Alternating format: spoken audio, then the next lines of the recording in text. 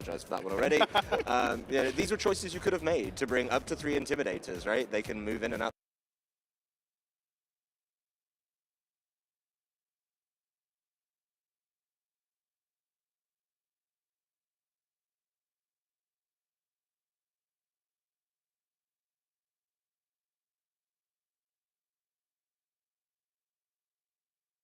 Can move in and out the field quickly, and that ability already feels a whole lot worse.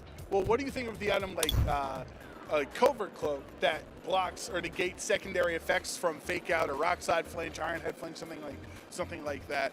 I love covert cloak for a reason, because a lot of players say that games are decided on those secondary effects, right? Like, how many years did we go through? Oh, the rock slide flinch cost me the game. Well, now honestly, there's no excuse. You could have put a covert cloak on it, and that's sort of where I get to on that. And thinking about it with fake out, obviously the big one, right? The guaranteed flinch is no longer present. I mean, there's so many ways to get around fake out now. You could become a ghost type, or you could. And I think that being taken away, kind of like Intimidate, it changes team building. How many times have we done? Obviously, there's one offender that not only intimidated and used fake out, but think how impactful both of those were, right? Being able to come in, slow your opponent down for a turn. That's big, and kind of fake out as well feels a little bit worse because of the covert cloak. Early formats and these early tournaments that we play, I think a lot of people rush to just slam a fake out on the team, and you've already got to think about dropping that. Like, I like to play offensively when I play and when I build teams. Yes, I always put fake out on the team, so I can get that early margin, early bit of wiggle room. If I waste that turn into a covert cloak, my strategy is falling apart from turn one, essentially. And being able to get rid of that, I think, is absolutely huge. It's definitely up there. It's kind of maybe the best new item, along with the amulet. So it's a tough one. I think amulet edges it, but... Yeah, I mean, I'm curious to see how many people wind up using it. I think it's a little bit harder to fit on your team right now, but I think it's just such a strong thing to have on your team sheet with this open team sheet format, right? Where it's like, well, I know my opponent could bring that. Maybe they also have Golden Go, who's just naturally immune to fake out. Like, do I really want to bring my fake out user, right? I think especially Trick Room teams it's really tough for. I think Trick Room's kind of just one of those things that we expect to see a lot of early in a format because it's usually very obvious how you construct a pretty good version of it. It's very hard to make that reliable now because of Covert Cloak, because of a Ghost type maybe being the best Pokemon in the format. Yeah, so I think we've had a really fun discussion preparing our audience for what to expect this weekend. And if anyone watching along at home want to stay in tune on the social medias and use that hashtag #PlayPokemon. I use it all the time whenever I'm posting on Twitter. Let us know what you think. Pokemon on YouTube, Facebook, and Instagram as well with that hashtag #PlayPokemon. That is the way to engage if this is your first regional or if you've been around for over a decade like these fine gentlemen have been as well. Let us know. Thank you, Scott. Finally, I get to work with you in America. It was Canada and then London and then now we're in America. But for now, we are going to head over to the desk to get started with our coverage here in San Diego.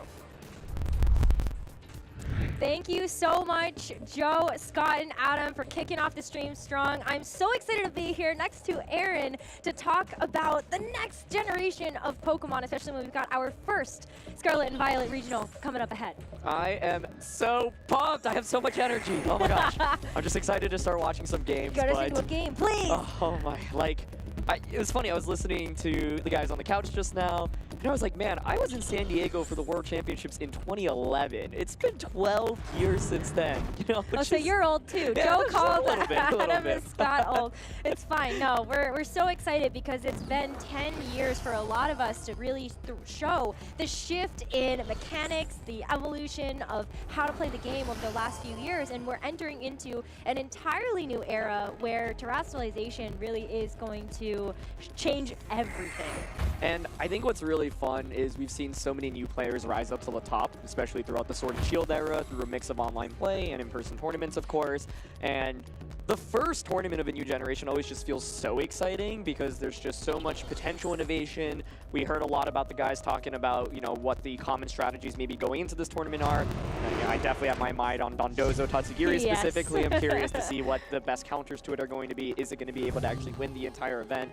But at the end of the day, I also think that this format is really fun. There are so many different viable strategies, and I think Terra is a big reason for a lot of that, and it just allows for so much flexibility, so much creativity, and I just really want to start watching some games. I'm so pumped. I know, me too.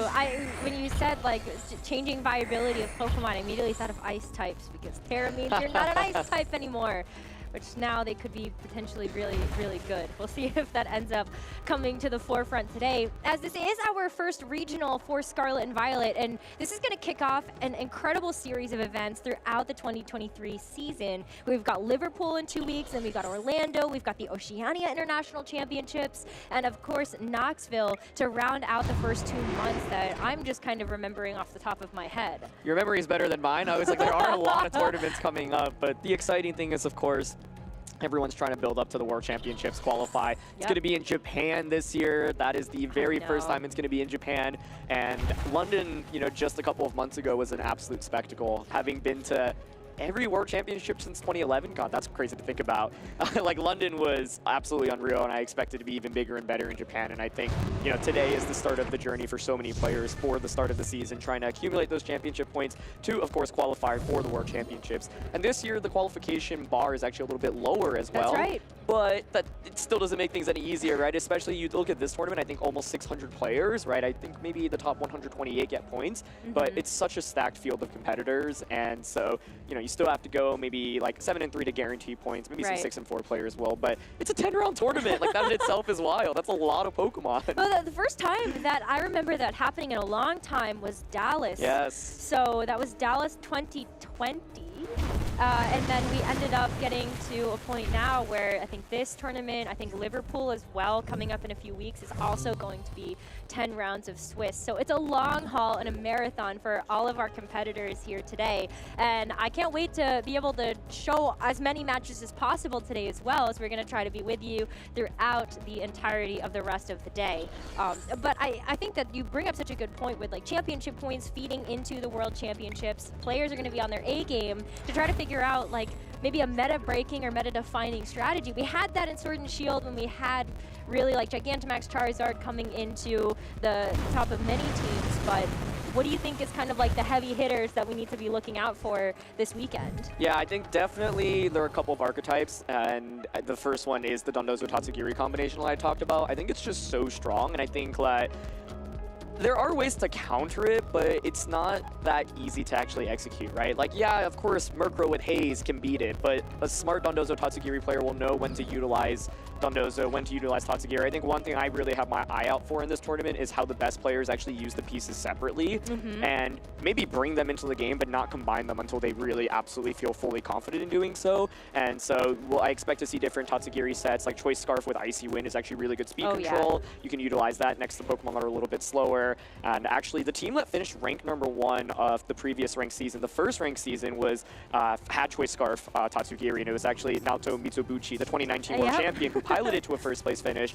But I think that team was really cool. He actually had like Rocky Helmet, Volcarona, max HP, max defense, had Baxcalibur as well. That's one of the brand new Pokemon I think has been a little bit slept on. Oh, I think it's going to be really good. Absolutely. Give it like a format or two, and I think Baxcalibur definitely going to be up there too. Yeah, and I think like, you know, there have been so many Tailwind teams. It's so weird. Murkrow has existed as a Pokemon for so many years, and it finally gets to let its, you know, little birds or little wings fly a little bit and finally get to shine in this format. And it's it's the premier Tailwind user. You know, you've only got Murkrow and Talonflame as priority Tailwind users, so I expect to see a lot of players utilize those. One of the big changes, of course, is dynamic speed being a thing in Sword and Shield, which means speed control goes into effect immediately rather than the subsequent turn. And so if you have that Prankster Tailwind or the Gale Wings Tailwind from Murkrow or Talonflame respectively, set up speed immediately, and then the partner Pokemon can just take advantage of it very, very quickly, right? And so you have things like Choice Specs Golden Go or Garchomp with Life Orb, for example, or even Choice Band. And so I think a lot of teams will revolve around either Murkrow or Dondozo Tatsugiri. I'm really interested in a couple of other strategies. I think like Weather in general is intriguing. A Tyranitar plus Lycanroc was something that picked up a lot of popularity, often paired with Dondozo and Tatsugiri, but it's a really cool combo. It's just really strong. Like Rock Slide spam is in itself really strong. Assault Vest Flying, Terra, Tyranitar, super interesting. I would love to see some snow. Like I think snow is actually so cool. So if we can get one Abomasnow on stream, that will make my tournament. Just one. It doesn't have to win, but if we can just see it. Just see it. Yeah. I know. Just to prove that it's there, it's real, and it does exist. Absolutely. That would be amazing. We are just trying to wait for a few more tables to finish before we get those round 3 pairings, and then we'll be able to get into the match coverage for today. But I mean, we've got so many exciting strategies to look forward to, a lot of incredible players at this event as well, but also the format. I don't know if we've gone over that yet today, so we're going to talk a little bit more about the format for this regional, especially because we do have 10 rounds of Swiss, which is more unique to what we've had before. So let's go ahead and check that out with a short video. This 2023 Regional Championship Series event will be showcasing exciting Pokemon VGC matches all weekend.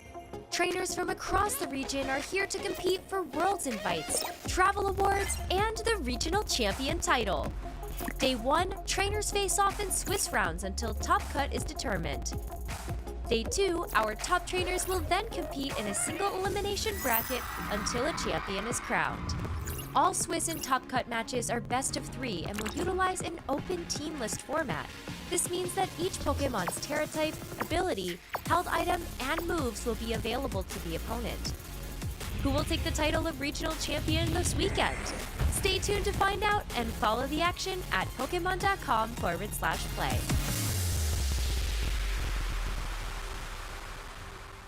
So the biggest change is the open team sheet format. Aaron, this is incredible because it's the first time we've ever seen this happen at a live in-person Pokemon event. We did have open team sheet format for the Players' Cups. Yep, that's true. But it's a whole different ballgame now. It really is, and I think that it allows for really interesting play. I think there's different arguments to make. Some players prefer it, some players don't prefer it. But ultimately, I think in a Terra format, it will be interesting, right? Because as we watch the players play throughout the weekend, they'll be making more calculated decisions because they don't have to cover for every single move in the book or every single Terra type. I actually think it's basically so hard to play this format, trying to cover for every Terra type because it's just, it's 18 types you have to cover for. It's a lot. And of course, with certain Pokemon, often there will be maybe 2 or 3 Terras that they use very frequently and everything else is way more infrequent, but even covering for just one Terra type in itself is really interesting. And so with open team sheets, you will know your opponent's moves, you will know their Terra, but it's still challenging, right? I think about interaction, of course, where it's okay, you can use a move that maybe that Pokemon is immune to, but you expect them to Terra into something, saying, okay, I really think they're going to Terra here, and then go for a really hard prediction there. So I think one thing we're really going to have to watch out for throughout the course of the tournament is how players utilize Terra and exactly when they do, because I think Terra is a really skill-intensive mechanic. I think, for example, with Dynamax, you would be relatively unpunished because it's your Pokemon just is healthier. I mean, it gets double the amount of HP, it sticks around for a long time. With Terra, maybe you remove some weaknesses, but you also gain some weaknesses on top, right? And so it's not like you can just go for it with basically no downside. And so you have to be really, really smart in exactly when you utilize it and figure out, okay, if I get an advantage from the Terra this turn, is that advantage enough to actually help me win the match? Yeah, absolutely. I think that's been kind of the thing on everybody's minds is, do you use Terra a bit more offensively, try to push for a bit more damage? Do you use it defensively? I know Steel type is one of the best defensive typings in the format, so having that as an option for maybe some of your more glass cannon Pokemon might be able to give them a bit more longevity when it comes to those matches. But I think also when you're looking at a team sheet, I sometimes feel like you can get a bit overwhelmed looking at everything because now you know everything, so it's oh well, what if I see this as a specific threat, but then you're not looking at this one thing. I feel like I see that a lot with Mouse Hold Annihilate. You look at that, maybe tunnel into that, or Dondozo Tatsugiri, you see that and you're oh, but I know they're gonna combine the two. The tunneling is a really good point that you made, I think, because with open team sheets, one of the key skills I think people will have to develop throughout this season is how do I actually absorb the information quickly enough and also utilize it but not get too overwhelmed by it. I think a lot of the best teams will have so many strong options, whether it be different means of speed control or different offensive options. And I think it's really easy to, like you said, kind of tunnel vision into thinking, oh, they have to go with the Mouse Hold plus the Annihilate combination and be I have to cover for the Beat Up plus the Rage Fist combination. And then your opponent maybe doesn't even end up bringing it, right? So I think there's it's going to be a key skill in actually absorbing information properly and also not getting overwhelmed. I think there's just so many things you still have to cover for, and even though you will know your opponent's moves and the item and the Terra typing, if anything, sometimes that can actually complicate things because then you start thinking too hard about which of the options they will go for. Yeah, I definitely feel like that's a thing we might see a little bit of this weekend, but you know, everybody's still getting used to the format, especially because it's a little bit harder to find the time to be able to practice with like a best of 3, how things are actually happening at a regional event, because you know, you get the team sheet, you sit down with you know, across the table from your opponent, and then you get a little bit of time, and then you got to go right into a best of 3. And so, you know, how much time you really have to like kind of adjust your thinking or the way that you want to approach the game. For sure, yeah. I think one thing that's also, I don't know if this will actually be true, but like I think one thing that a lot of players were saying about open team sheets is the potential of it lending it to more aggressive play, specifically because like you don't have to cover for random defensive options on your opponent, like random defensive moves that they generally wouldn't expect. And so, yeah, like the open team sheet format might lend to people just like pushing the tempo super, super quickly immediately, saying, okay, I know how you can react. Like you can Terra defensively, you can maybe switch out, but I know your moves, and so I don't have to be caught off guard by something like completely crazy. And so I'm curious how that affects the general tempo of how players, you know, approach the game. Yeah, I mean, look at how many players are actually here. Like, it's wild. It's wild to see so many like eager competitors across all of the games that we have here, because it's not just VGC. We also have Go and TCG that are competing as well. And so just to see everybody, the energy of being back, like it makes me just so excited to get into our first games too. Yeah, as a quick reminder, this is about to be the 3rd round, the first round that we're going to be able to stream. The pairings are up, so we are just getting the players on stage right now. We'll have 10 rounds of Swiss in total today, and so anyone who has 8 wins or more will move on to the top 32 guaranteed. I think a couple players with 7 wins might also squeak in as well. Yep. And so in the end, you know, kind of 8 is the magic number.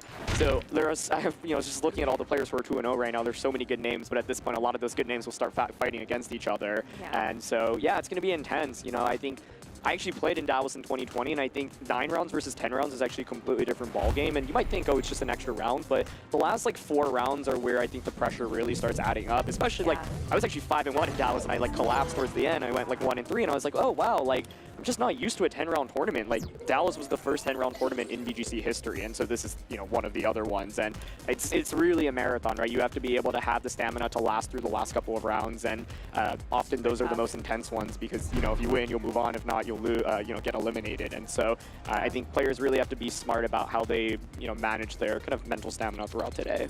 Absolutely. That's a great point, because like players started competing at 9 a.m. Pacific, and so they're, you know, it's 2 rounds down. We still have 8 more to go, and so when you think about that, like we're getting ready to be here for a little bit, but I hope that like players too, like their lunch break is coming up. That's a great time to get a bit of rest and then try to approach the rest of the day a little bit fresher. But speaking of the players that are here, okay, let's just go over the caliber of players that we have at the event, because we got some heavy hitters. I mean, we got to do the 2022 season recap. Hope you guys enjoyed that. But we also had a ton of those players showing up here today. Yeah, absolutely. I think that's one of the things I'm really excited for. Every new generation, there are players that pop up and, you know, really rise to the top. I think of the last season, for example, Chung Junpeng. Oh yes. My gosh, what a dominant season he had. Joseph Ugarte as well from, you know, the United States, and they're both competing in this tournament. I'm really excited to watch how those players who were, you know, able to rise to the top, and like maybe you know, Sword and Shield was their first breakout generation, how they're going to be able to carry that performance over. I think Pokemon just gets harder as time goes on because they're better players and the skill level generally rises. It really feels like it's risen exponentially throughout the last couple of years. And so, yeah, it's always fun to watch like a lot of the newer players match up against older players. And in this tournament, there are a lot of players that I like have not seen since 2010. Like I'm like, whoa, like there are players who would compete in the 2010 World Championships like haven't played in a long time are now back competing in this field. And so it really kind of love the kind of dichotomy between older players and newer players here. Yeah, absolutely. I mean, I think that's something that, especially when you look at Sword and Shield, I feel like that was one of the formats that maybe was a bit more approachable, but especially when we've got the open team sheets. I think that's another benefit of having that available for the tournament, because it allows newer players to be able to get a better idea of you know, what's available, kind of strategies. Hopefully that also gives you some ideas at home of what you might want to run in a tournament as well. But I'm seeing like Angel Miranda, that's a player that I feel like fits the bill. Incredible TCG player, has been able to qualify for Worlds, for TCG, and VGC in the same season. Like, absolutely wild. And to see him coming back in to play this weekend, I'm really excited to see how he does. Yeah, a ton of champions throughout Sword and Shield as well. Like, I'm looking at the pairings right now, and James Evans is sitting at table 1. Of course, he won the North American Internationals, world champion in the seniors division back in 2018. And so that's what excites me the most about the first regionals. I feel like there's probably like a pool of over 50 players that you could reasonably see as champion at the end of the day. Yeah. And there's so many like ex-regional, national, and world champions competing in the field. And so like those are all, I think, definitely favorites to win just off previous experience. But then there's so many newer players that have been training really hard throughout the last couple of weeks and want to really make a name for themselves as well. And that's one thing I love about the start of a new generation as well, because you do see players that kind of seemingly come out of nowhere and really rise to the top very rapidly. I think Pokemon's a game where you can improve very quickly and get to like champion level caliber if you're able to put in the work and have the work ethic and the good mentality towards trying to be the best. But the cool thing is you can actually rise to the top if you put that work in. Yeah, I definitely feel like you get a huge benefit from that, and so I'm really excited to see how like this first regional ends up shaping what players decide to lean towards, especially as we enter into new formats and new series of rules. It's going to be so exciting to see all those new Pokemon get added into, but right now it's just the Paldean Pokedex minus the legendaries and minus Paradox Pokemon. So I feel like when you see a format like that, like kind of everything is available on the table to see what's good. Yeah, I am so excited. I think we are finally getting close to kicking off this first round. Yes, we are getting closer. And the match is pretty interesting, Rosemary. I don't know if you saw the match that we picked I did see that one. So let's just caveat this with we didn't pick. Okay, but I feel like you're going to end up noticing both of the names that we've got coming up here, especially because one does have a relationship to you. So why don't you intro this one, Aaron, huh? We have a battle of 2013 world champions, my brother, Brendan Zhang, and Hayden McTavish, who is the senior division world champion in 2013. Brendan won in juniors, and of course, Arash Ahmadi won in the masters division that year. But yeah, I didn't think we'd be picking this match, but here we are. I'm actually really excited. I think Hayden is actually one of my favorite team builders just in general, and I'm really eager to see what they brought to this.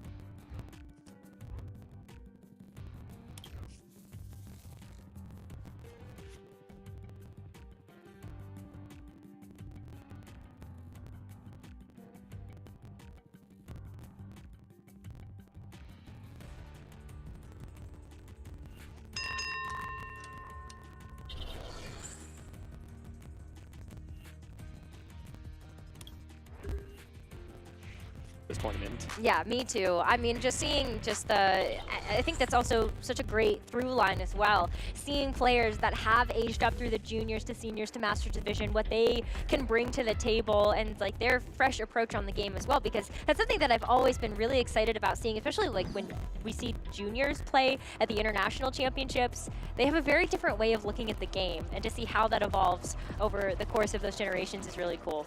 Absolutely, yeah, and I think one of the coolest things is seeing players from younger divisions age up. Like, I remember when Sejong Park was a senior in 2011, and Sejong finished second at the World Championships, and then aged up to Masters, and then was the Korean national champion, and then ended up, you know, placing top 8 at the World Championships in 2012, you know, and it's really interesting because I think when you play at the highest level in the younger age groups, once you age up to Masters, you're pretty much like you have a lot of the skills that it takes to be super good at Masters immediately, and so it's cool because I think for the age groups you get time to kind of train and compete against, you know, the competitors around your age, but often a lot of the best juniors and seniors just age up immediately and are superstars right away. Yeah, absolutely. I mean, like, even just looking at like James Evans and how he performed last season, just absolutely amazing. And so we get a chance to see how 2 of our players heading into this tournament are going to do as well. And my oh my, let's talk about these teams, Aaron, because we have a lot of new Paldean Pokemon on this list, but also some Pokemon that haven't been as viable as what we've seen previously. Like, maybe at the beginning of Sword and Shield, yes, but like to see Hydreigon back in the mix is super exciting to me. Yeah, Dondozo Tatsugiri is going to kick us off here for round 3 on the stream. Brendan running a combo of Dondozo Tatsugiri. There's the Talonflame, we were talking about Tailwind earlier, and so that's one of course, the premier Tailwind users in the format. You can utilize that for speed control immediately. And then the Sylveon, Masquerada, and the Annihilate. For Hayden's end here, there's the Mousehold, one of the brand new Pokemon. Mousehold, the Armor Rouge, as well as the King Gambit, all of these being brand new Pokemon from this generation, all being quite powerful in their own means. I think, you know, Mousehold is so strong, of course, with that Population Bomb, but there is the Annihilate on Brendan's end, and so you can't actually go for Population Bomb that easily, because you do, of course, have to respect the Annihilate switching in at any point. I think, you know, when you look at Mousehold, it can do a bunch of different things. It can do a lot of damage with Population Bomb. It can also serve as like a pseudo redirection user as well with that Follow Me, so the support's really valuable. King Gambit's actually one Pokemon I'm really curious about. I think it's super strong, and you know, like, you generally know what to expect from it, right? It's gonna run strong Dark type attacks and Steel type attacks, but I think it just puts on a lot of offensive pressure, and it's not exactly that easy to knock out as well, and so. But naturally, I think when I look at this matchup, the big question is how is Hayden going to deal with the Dondozo Tatsugiri combination? And the first thing I'm looking at is the Amoonguss from Hayden's end, right? Amoonguss is a Pokemon that can redirect attacks away and you know, sometimes carry clear Smog as well. Yeah, I think also when you look at the list, I feel like when you look at the Armor Rouge too, that's Trick Room. And so Hayden does have that option available to really flip the speeds on its head. And then you look at kind of some of the other options that you have to really back that up. And so that's where I feel like the Amoonguss is going to be super strong. But Sylveon as well, that's a Pokemon that has some bulk to it, but it's also pretty slow. So I feel like that's also going to be a pretty big threat. Yeah, I think speed control is really interesting from both teams here, right? Like, Talonflame has Tailwind, Hydreigon is a Pokemon that can carry Tailwind, Armor Rouge is a very common Trick Room setter in the format, Meowscarada is a Pokemon where, surprisingly enough, Trick Room's actually really picked up on its moveset as well, Yeah. right? And so it's like, we've seen a lot of kind of hybrid Tailwind and Trick Room teams, and so like there's so many different ways to actually utilize the speed, which is very interesting. I think a lot about what we should pay attention to throughout the course of this tournament is when do you bring Dondozo Tatsugiri, and how do you bring it as well? Now, I think the main thing with Dondozo Tatsugiri is it's pretty risky to lead with, because if you lead it, you just commit to it immediately, right? Yep. But given that it is an open team sheet format, you know all of your opponent's answers for Dondozo Tatsugiri. I guess like, that is an option. I generally expect players to bring it in the back. One thing I'll be curious about is, do you always bring Dondozo and Tatsugiri as your final 2 Pokemon, or do you split the pieces up? I think that I do expect high-level players to only bring one of the 2 Pokemon potentially. What's really interesting is when you reveal one of the 2, right? Like, let's say I show that I have Dondozo, then often my opponent will suddenly be like, okay, they have Tatsugiri in the back, I have to cover for it, switching at any point. and then you see their final Pokemon and it's not Tatsugiri, right? And so I think that's one thing that I'm in particular curious about, just not in this match, but in all the matches in general. Yeah, I'm definitely curious to see how that's going to work as well. I mean, when you look at the rest of the team too, I think one of the things on Brendan's team that we're going to have to keep an eye out too is how is Will-O-Wisp going to be used on that Talonflame. So there's a lot of really key targets on Hayden's team that I feel like would not want to be on the receiving end of that, and that's something that Hayden's going to have to play around too. Absolutely. Yeah, I think once again, it's so interesting with open team sheets, right? Because like maybe normally you would think, oh, this Pokemon is really good into a matchup, but then you see, oh, my opponent has a certain Terra type. That Terra type alone makes me not want to bring a certain Pokemon. And so one of the things, once again, is, okay, now these players know what the other player is using. How quickly are you absorbing that information and utilizing it to your advantage? Yeah, especially when you have so many different options for speed control that are available too. Like, do you want to try to hit offensively? Are you going to try to match the Trick Room or something like that? So I really want to see like how everything's going to go down. One thing that I think is really interesting about Hayden's Hydreigon is that that's where you see that Steel Terra type come in. There's like really two different Terra options that I've seen for Hydreigon so far, Steel and Fire. And so it depends on kind of like where your move set is and what you'd like to go for. But that Steel typing really does allow Hydreigon to outlast a few things that it's quite bad at, like dealing with some type of fairy type attack that might be coming its way. Yeah, I actually think that's going to be a really critical Pokemon in this matchup, because one thing that you can use with it is, of course, that Draco Meteor. Draco Meteor is one of the strongest attacks on this Pokemon, of course, and it's really interesting into Dondozo specifically because Dondozo often carries Unaware.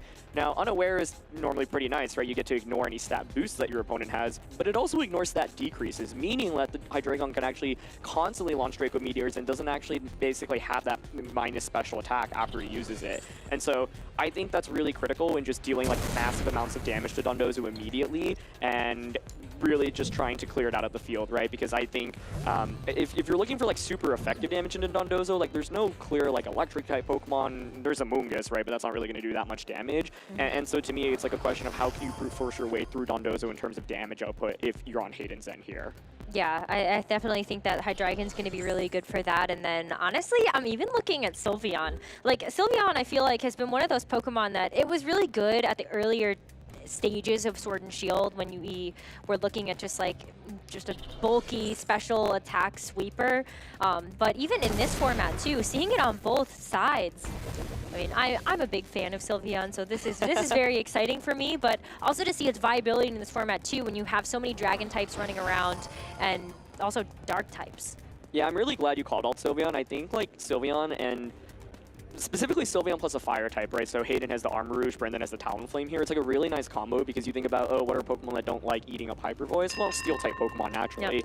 Fire is such nice coverage for that. And Hyper Voice just chunks at Pokemon really, really quickly, right? And, you know, Sylveon maybe fell off for a little bit in previous, like in Sword and Shield, for example, because, of course, a lot of common Steel-type Pokemon, but there are a lot of nice defensive Terras for Sylveon. Fire and Water both are really common in getting around the super effective Steel-type attacks. And yeah, just being able to launch Hyper Voice consistently, I think, is just very, very powerful. So it's a Pokemon I think will have a big impact throughout the course of this tournament because it's consistent, it's not that easy to knock out, and it can just deal so much damage. I've seen games where you maybe position Sylveon and Armor Rouge under Trick Room, and then you just spam Hyper Voice and Armor Cannon and really just like go from there, right? Yeah. It's so hard to have defensive options against the combination of that. And so, yeah, I think a lot about it is how do you position against Sylveon? How do you make sure that it can't just demolish you with Hyper Voice? And for example, Hayden's team here does have multiple Pokemon that don't love eating up the Hyper Voice. The Hydreigon, which you called out earlier. Maushold's relatively frail as well.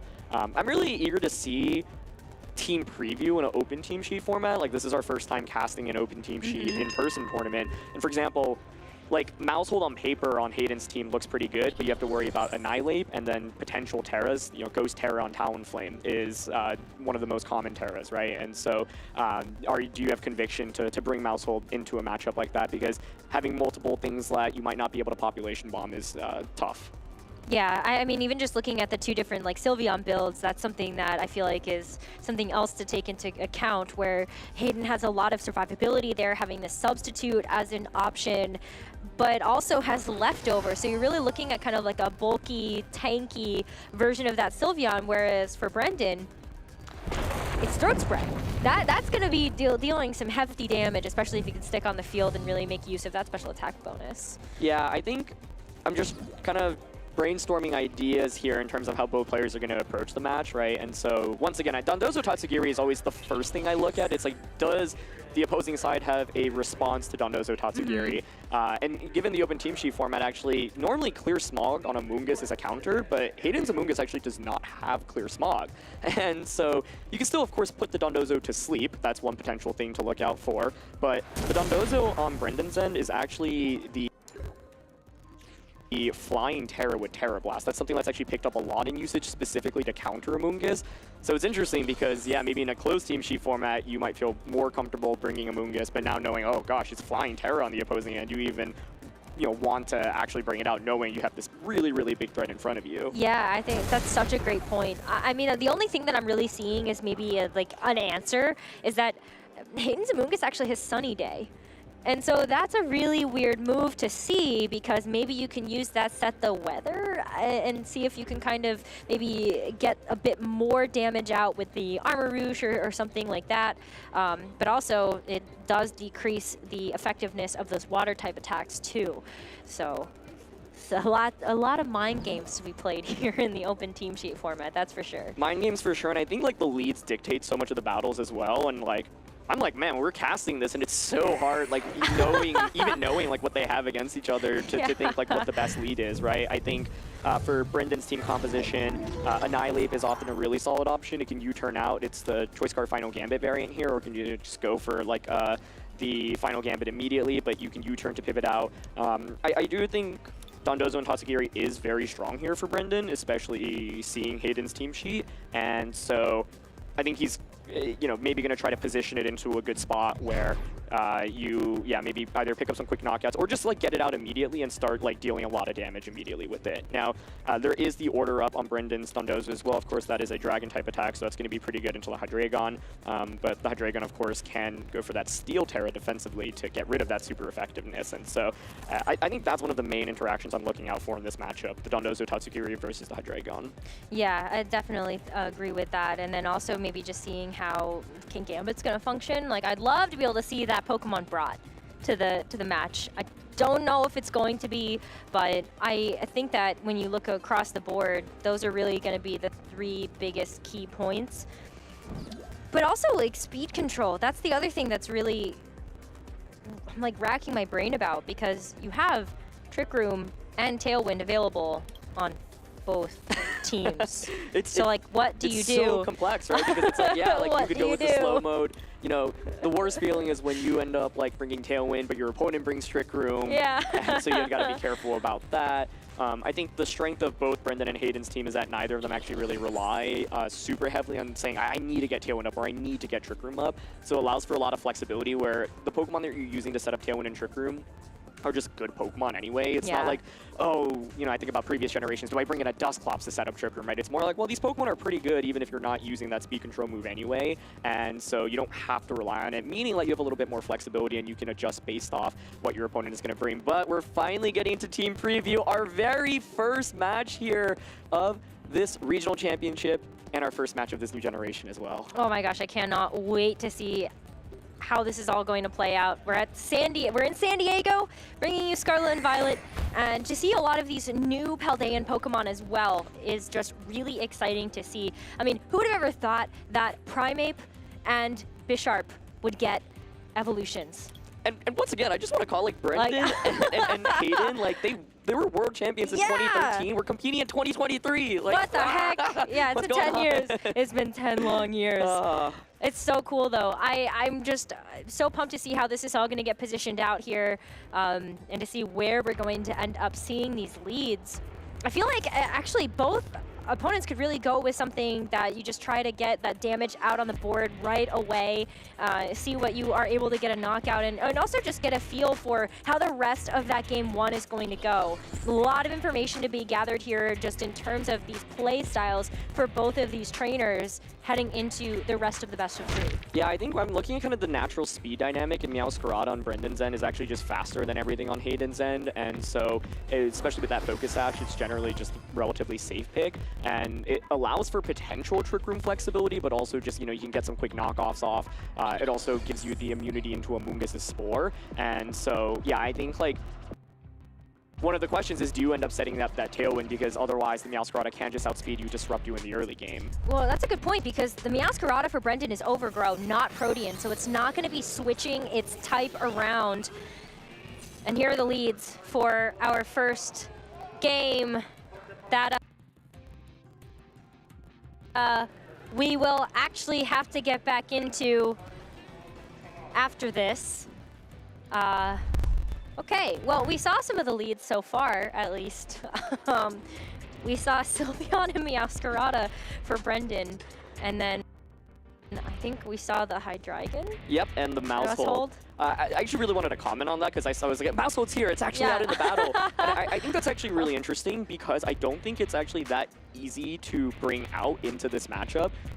We were talking about a little bit before. There's Annihilate. Annihilate in itself, I can just switch into your Population Bomb and make you a very, very sad mouse. In addition, Brendan has Talonflame, and it's actually Ghost Terror on the Talonflame as well. And so there's two options that can immediately make you immune to Maushold.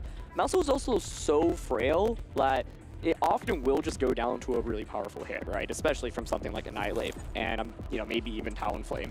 And so Meowscarada too. Like, don't forget Flower Trick, constantly critical hitting. That's actually a calculation that players have been playing around with. Like, do you go Jolly Meowscarada for that speed, or do you go Adamant to be able to get that extra boost to attack? And so I've been seeing it kind of run both ways, but if you train your Meowscarada just right, you can get the one-hit knockout on a Maushold. That's one of the things that's actually I think really interesting about Meowscarada. Like, when people were first using it, it's like, oh, let me just use it as a Protean offensive option, Life Orb, Choice Band, throw U-turn on it as well. The weird thing is, like, Protean's kind of cool, but like, you're already using a Grass and a Dark type attack anyway, so like that changing types like can be interesting, but it's not like something like, I think about like Cinderace from Sword and Shield, and you run like 4 different attacks, and like the changing the types like is really, really valuable, right? Because like and Cinderace naturally was only 1 type, and with Meowscarada it's like you're already 2 types, and it's like, do you really need to change much? And then like Overgrow plus the Focus Sash is really good synergy, because you survive on 1 HP. Flower Trick does so much damage afterwards. You can even Terra Grass potentially for like a big surprise KO. That's one thing I'll be curious about, but yeah, I believe that the players are reconnecting right now, and we should just see both players select the same Pokemon. So we know the leads, it's going to be the Meowscarada plus the Sylveon, and the Maushold plus the Hydreigon, I believe. Yep, and just to see how that's going to interact will be very interesting.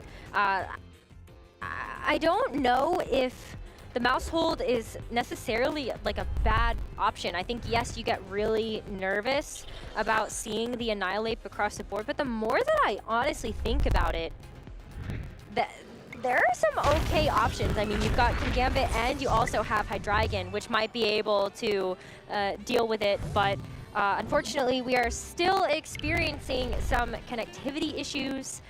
It is the first event of the year, so there's some things to be ironed out here for sure, but that just means that I get to talk to you a little bit more about these awesome Pokemon that we have in front of us. I'm just playing all the different... We'll see soon. I'm like playing out all the different combinations of how turn 1 is going to play out, right? Because like the leads, and like, so naturally, like, let's start with Sylveon, right? Okay, let's metagame this. Yes, we talked about it a lot. So you've got Sylveon, it's got the pressure of Hyper Voice, and Hayden's Hydreigon does not have Flash Cannon. That is something that players occasionally use to beat the opposing fairy types. And so Sylveon Hyper Voice, turn 1, looks really powerful. I am very curious if Hayden's Maushold is trained in a way, and this is one of the things about Open Team Sheet. You know everything other than the actual stats, right? So maybe Maushold, I don't know how much investment you actually need to survive, say, a Flower Trick from Jolly Meowscarada, but if it's trained in a way where it can actually survive, or actually has like a defensive Terra, then like that also becomes really interesting.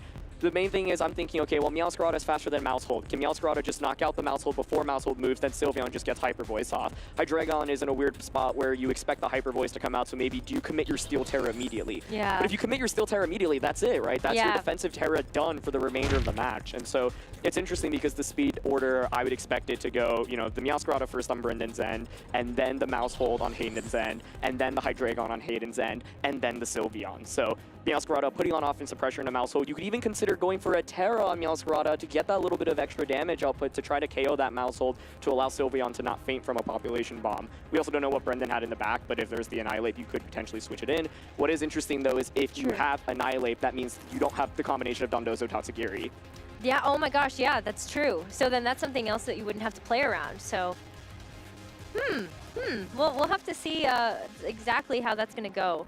but we're just going to try to figure out these technical difficulties first so that we can get back into game. But let's talk about some sleeper picks, okay? Okay, let's go off the cuff here a little bit. Okay. I like where you're going with it. We'll go back. We'll get back to the game as we figure stuff out. But until then, what is a Pokemon that you have seen in the Paldean Pokedex that you think is underutilized right now? I think Paldean Tauros is something I have my eye on in this tournament because I actually know a fair amount of high-level players have decided to bring it, right? First of all, a lot of flexibility in terms of even which form you want to use. Intimidate's quite nice as well, and gets access to a very nice set of moves. That's one of them. I'm really interested in Pawmot, Orthworm. Orthworm is like, that's what I really want to see because I think it has a lot of potential. But it feels like a Pokemon that might pop up at like Worlds, like Day 2 Worlds, maybe. True. You know, like you're really trying to spin the wheel and reinvent the meta. I think it's very underexplored, and I think the ability to give something a free substitute is very, very interesting. Oh my gosh, that's true. I was actually looking at the statistics of what people have brought to this tournament, and Paldean Tauros actually is used a decent amount. Farigiraf, the Baxcalibur we're talking about. I really want to see like Baxcalibur and how players are using it. I think when it first came out, people were like, well, you know, it's strong, but it's typing. I don't know how I feel about it. Ice Dragon, you're weak to fighting, you're weak to Dragon, weak to Steel. But a good defensive Terra changes all of that, right? And I was thinking about Naoto Mitsubishi. Exactly, yes. Ice type, unfortunately, you know, not the easiest to use, but Terra changes all of that. And I was thinking about Naoto Mitsubishi and how he finished ranked #1 in this first ranked season in Scarlet and Violet. He had Steel Terra on the Baxcalibur, right? And he had like no speed on it. It was just max HP, max attack. I'm gonna tank a hit. You suddenly can't hit me for super effective. Right. And the combination of just like Glaive Brush and Icicle Crash is so powerful, and Ice Shard's really nice as well. And so that, like, the Baxcalibur was actually on a Dondozo team, and so one of the interesting questions I have is for players that are using Dondozo, how do you fill up the rest of the team to beat Dondozo counters, right? So that's one of the reasons we see Sylveon often on Dondozo Tatsugiri, because Sylveon is very nice into Murkrow, which otherwise is a nightmare for Dondozo and Tatsugiri. Yeah, I mean, I'm just thinking about it too. That's also why we've been seeing so many different sets for Dondozo, just preparing for that mirror, because if you haven't seen a Dondozo mirror before, I don't know what else to tell you except that we might be here for like 45 minutes. It's good, but I'm glad you brought that up though, because we definitely will. We're gonna have one. I just want to put it out there right now. What do you think about that dynamic, right? Because I think it's really interesting because like we've seen the meta evolve in so many ways, right? Like Fisher became a thing on Dondozo to try to beat opposing Dondozos, right? But then Flying Terra became a meta adaptation to get around the Fisher, for example. You have Substitute versus Rest. Like there's so many different moveset options that I've seen too to try to counter the Dondozo. So we don't have to worry about that right now in this matchup, but it's definitely something to keep an eye out for when we get into future rounds. I think, I'm now just kind of going back to the matchup between Brendan and Hayden. I'm just really thinking about how turn 1's going to play out. Yeah. And I would say from those leads, maybe I favor Brendan's position a little bit more, mainly because he's taking advantage of the fact that Meowscarada is the fastest Pokemon on the field, and I think that its ability to just pressure Maushold immediately is a really big deal. And yeah, I thought it was interesting that Hayden made the decision to bring Maushold. I think it's not an easy decision to make, so she has conviction behind saying, okay, you know, even though this is outsped by Meowscarada and you have the Annihilate and the Talonflame with potential Ghost Terra, I can still do massive amounts of damage with Population Bomb. And, you know, Maushold, of course, also doubles down as a redirection user with that Follow Me as well. True. And that can be valuable. Although, maybe not so much into the Hydreigon plus the Sylveon combo because of Hyper Voice being a spread move anyway. Well, there's one more move on that Maushold that I feel like we'd be remiss not to talk about, and that's Encore. Now, this is a move we haven't seen used to, like, mega success in, like, Sword and Shield, but when it comes to this format, I do feel like Encore is a scary option. You see it, and you're like, what if I get locked into something I don't want to be locked into? Yeah, I think it's really interesting because I've seen a lot of Maushold players essentially protect Maushold on turn 1 just to see what the opposing side is going to go for, and then just Encore them on turn 2, so then you have a lot more conviction. You know exactly what, you know, they're either going to switch or they're going to be locked into that move, essentially. And so I think the thing with Maushold is, like, you know, you want to run, especially on like the offensive sets, obviously Population Bomb, Protect, but you have a lot of flexibility behind the last couple of moves. I mean, Follow Me is just always really good, even if Maushold has like no bowl. Like just being able to redirect a super effective attack away from something is always valuable. And so I think what's fun about Mousehold is that it only really uses one powerful attack. There's actually still different ways to run it. I've seen, for example, Ghost Terra safety goggles, no speed investment whatsoever. That's actually quite common on the with Bulk Up paired with Rage Fist Annihilate. That's one of the other team compositions I think will be very common throughout this event. And so, but yeah, we're going to start off here with the Wide Lens Population Bomb set. And so, yeah, I'm just kind of curious how Hayden gets around this turn 1, because I'm really mainly curious about how it's trained. Is it like, do you cover for the option of the Meowscarada, right? Because the Meowscarada on Brendan's end is actually Grass Terra, so do you cover for Grass Terra into Flower Trick immediately? And what is your answer into that? Like, looking at Hayden's team, there are some Pokemon that can actually switch into it. Actually, multiple Pokemon. King Gambit, Amoonguss, Armarouge, all of those resist Grass-type attacks. And so, do you expect Brendan to try to go all in, KOing Mousehold because he's afraid of Mousehold, like just going for Population Bomb onto Sylveon? You can also Population Bomb into the Meowscarada slot, for example, as well. And I think from Brendan's end, he's got to realize, whoa, okay, you've got the Hydreigon on the opposing side. That's what I'm most worried about as a potential Dondozo Tatsugiri. So if he did commit to that duel in the back, he ideally would try to hyper-fixate on KOing the Hydreigon, but it's not that easy if the Hydreigon just goes Steel Terra on turn 1, because then neither Meowscarada or Sylveon actually really do that much against it. Yeah, I definitely feel like the timing of the Terra is going to be the weirdest one. I mean, it goes back to like Mega Evolution, where you get the Terra, you could actually switch it out and bring it back in if you want to. That's like the weirdest thing, by the way. Like, yeah. After playing Dynamax, I'm always like, oh, let me reset my Terra. Let me just switch out, right? And that's like, not how that works. So I think, it's funny, having played online a lot, I often just forget about the fact my opponent is already Terra'd as well. And it's like, I know. Like turn 7 of the battle, they Terra turn 1. I'm like, oh my gosh, like what if they Terra right now? I have to cover for the option. I'm like, wait, they already Terra. Like, yeah. I realized that. And so I actually think that's one key thing that you're going to have to really pay attention to. I know, like, some players were saying, like, let me write in my notebook, like, Terra and just cross it out every time my opponent actually goes for the Terra, so I can have, like, a visual cue and know that, that's what they've gone for. But, yeah, I think I'm just kind of brainstorming because, the players are going to bring the same leads again. Like, I think I would expect Hayden to consider a Mousehold switch into something that resists the Flower Trick in the back, whether it be the King Gambit, the Amoonguss, or the Armarouge, and then, go from there. You still get utility from Friend Guard, though, Mousehold's ability, and so I feel like when you have that paired next to the Hydreigon, you're still getting something from having the Mousehold on the field. But we're going to try this again, everybody. We're getting back into team preview, and hopefully we got the technical difficulties sorted out for you. We're still on round 3. Yep. Yeah, so we still got tons and tons of Pokemon action Third headed your way. Is but the come charm, on, Rosemary. third time's the charm, please. Cross please. your fingers. Please. Everybody, let's do this.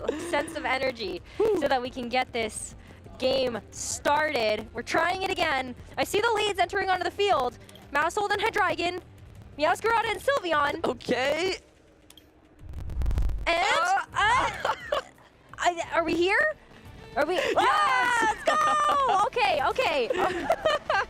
The battle has finally started here, and I can't wait. I mean, it's actually interesting, right? Because both players have had to know exactly what their opponent was going to lead with. So Brendan locking in his moves very, very quickly, and kind of opting just for a lot of immediate offense here. One thing you actually called out was that the Mousehold on this team is Friend Guard, which is pretty interesting because it's Friend Guard with the Wide Lens and the Population Bomb set, which is actually, I wouldn't say, like, super, super common here. And so Mousehold right now definitely threatened. Knockoff, by the way, from Meowscarada is really good into Population Bomb, Wide Lens Mousehold, because if you get rid of that Wide Lens, it does not have nearly as much accuracy anymore. And here's a Terra to get things started. Yeah, I love that you bring that up because Wide Lens really does help you to nail those Population Bombs to get like maybe 8 to 10 hits, but it does have an accuracy check for every single time you want to hit with Population Bomb. So we're going to just see it protect here as that Hydreigon will Terra to Steel type, and the knockoff, they go right into that Protect too. Yeah, I think great Protect on Mousehold. I think you either often consider a Protect or a Switch, and the Tailwind here is really critical. That's a bold move as well, because Brendan's Meowscarada actually has that Trick Room. So Hayden kind of saying, I don't think you're actually going to go for the Trick Room in front of me. And this actually is super, super smart from Hayden's end, because now the Mousehold, it still has that Wide Lens, has that Population Bomb, and you have full speed control. The other thing is, by getting up Tailwind now, you also have a little bit more pressure against the potential Dondozo Tatsugiri in the back. And so I think that was a really safe play from Hayden, because Brendan actually didn't really have too many options to cover for that Hydreigon, right? Like, your best bet is maybe clicking Knockoff onto the Hydreigon, but otherwise, otherwise, like, yeah, Hydreigon likely will survive the turn. So it's a smart play from Hayden, and I think she gains a really huge advantage from that because now Mousehold has the ability to population bomb either slot. Yeah, and at this point, I too feel like you just have to go after that Mousehold because it's a huge threat on the field right now. And Hydreigon, Terra typing to Steel, I mean, you still have some really nice moves available, but you're also just kind of looking at some of the other options. Now that Terra has been committed for Hayden, that Terra is now not available for any of the other Pokemon that she has on the field or in the back. And so right after that Tailwind, we're going to see a pivot as Armarouge now going to be taking its place. Yeah, I like the decision to conserve the Hydreigon, mainly because, yeah, it's really valuable into the potential Dondozo in the back. All right, here's Population Bomb. 3 hits. 4, 5, 6, 7, 8, 9. Oh my god! It's a 10. I was like, oh, the invisible focus sash might be there, but no, this time that Mousehold will be able to get all 10 hits in. And Meowscarada is now out of here. So a huge offensive threat being taken off the board for Brendan. So let's see what he has in the back here. And we do get the confirmation that it's Dondozo and Tatsugiri. So how is this going to be played out here? Dondozo's coming out on the field first. Yeah, I mean, Dondozo's a Pokemon that can snowball so quickly, right? Now, the key thing is that the Tailwind was set up on the opposing end. I think one of my main questions is still, how does Hayden actually KO Dondozo, especially once it actually gets the boosts up, right? Because right now I think Brendan's in a slight deficit, but Dondozo and Tatsugiri I think very likely can actually just clean up and sweep through the entire team, right? And so I think like it'll be pretty important, in my opinion, for Hayden to conserve this Mousehold because I think having redirection and follow me even for a single turn is a really, really big deal. And so I wouldn't be surprised to see Hayden actually, you know, maybe go for a Protect with Mousehold, maybe even consider switching it out. The other big question is, what is Hayden's final Pokemon? It's going to be either the Sylveon, the Amoonguss, or the or King Gambit. But we're going to start the turn with a Protect and Population Bomb just going into Sylveon here. All right, we got 4 hits. 5. You can see, right, like, with this Friend Guard set, you're not actually getting, like, one-hit knockouts, right? And so it's still doing a ton of damage, though, right? You definitely can't discount that, yeah. Yeah, I mean, that also, that opens up the door for the Armarouge. That's going to be a big knockout onto the Sylveon, too. But this is the end game that you were kind of hoping for to see with the Tatsugiri and the Dondozo now getting set up. Does Hayden have the right answers? You still have that Hydreigon in the back that has been preserved for later, but it's time to activate that commander. Oh, that was just a really hard call out by Hayden saying, I don't think you're going to switch out. Because the thing is, if you switch out, Tatsugiri gets eaten up by Dondozo, and given that both of the Pokemon targeted the Sylveon slot, there'd be nothing there. Yeah, exactly. Yeah. The other thing right now is there's the Encore from the Mousehold as well. So depending on how the Mousehold is actually trained here, if it actually just outspeeds Dondozo and gets the Encore off, that would be kind of a nightmare. Yeah, just lock that Dondozo into using Protect. That would not feel very good. But we're at the point now where Commander has given Dondozo those boosts. Mousehold is faster, especially under those Tailwind conditions, so Dondozo has to go for an Encore here. And Side Shock from the Armarouge, gonna be so smart just to kind of keep going for a bit of that damage, but Dondozo's locked now. Hayden played this game literally perfectly. Like, I don't think I would make a single different move. Like, she was so methodical in the execution. I don't think it's easy to, like, have this game plan as well, right? But it's very clear that even though on paper I think her team doesn't look like that strong to Dondozo, this is one of the answers into it, right? The combination of Tailwind plus this Mousehold, I mean, like, making every call correctly, and also I think the one term Brendan's going to keep thinking about in this game is, oh, should I have just switched out immediately into the Tatsugiri, right? And I think, like, Hayden just having so much conviction going for that double up. I think this game looks very differently if the Tatsugiri just switches in immediately. And so I think, you know, even though that loss was, I would say, honestly, like, super one-sided, where, like, Hayden had full control of the game, I think Brendan probably realizes, okay, I cannot lose to Encore like that again, right? Yeah. And I think Hayden has to make a lot of calls, and she made every single call correctly in this one. Beautiful, beautiful play to go for that Tailwind to start the game. Beautiful play to go for that double up into that slot.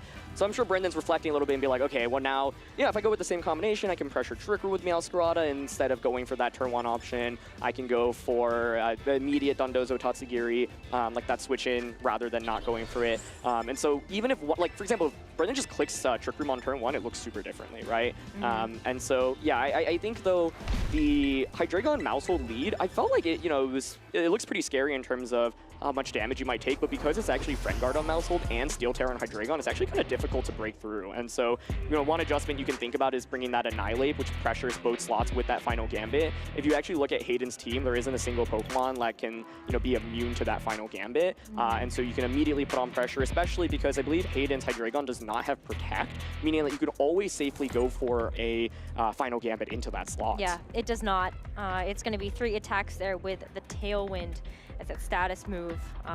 It's also not the Assault Vest variant, so that's something else to keep in mind. But, the other thing that I was kind of thinking is that Dondozo for Brendan, there is a set running around that's Rest and Sleep Talk. I think the game looks a little bit different if you do have the ability to try to heal up some of that HP. But the fact that you got locked into Encore and that it's not going to expire for a few turns really does make that way riskier of a play to even go for. So it's not even a surefire shot that Dondozo would have been able to stay alive either, especially when the Mousehold is still up too. Yeah, I think this is honestly not an easy matchup for Hayden, which is why I'm even all the more impressed given how she played that. That last game was literally perfection. It was perfect. Like chef's kiss, oh my goodness. But what a way to start off the stream. It's a best of 3, right? So she's gonna have to do it again at least once in the next 2 games. And I think that now Brendan realizes, okay, Dondozo Tatsugiri is so good here. I just need to not get caught in this Encore trap because I think Dondozo Tatsugiri can very easily one-shot everything once it's activated. But ooh, a new lead. It's gonna be Armarouge this time around. Okay. And there's the Annihilate. Yeah. Okay. So Armarouge and Mousehold versus the Annihilate and the Sylveon.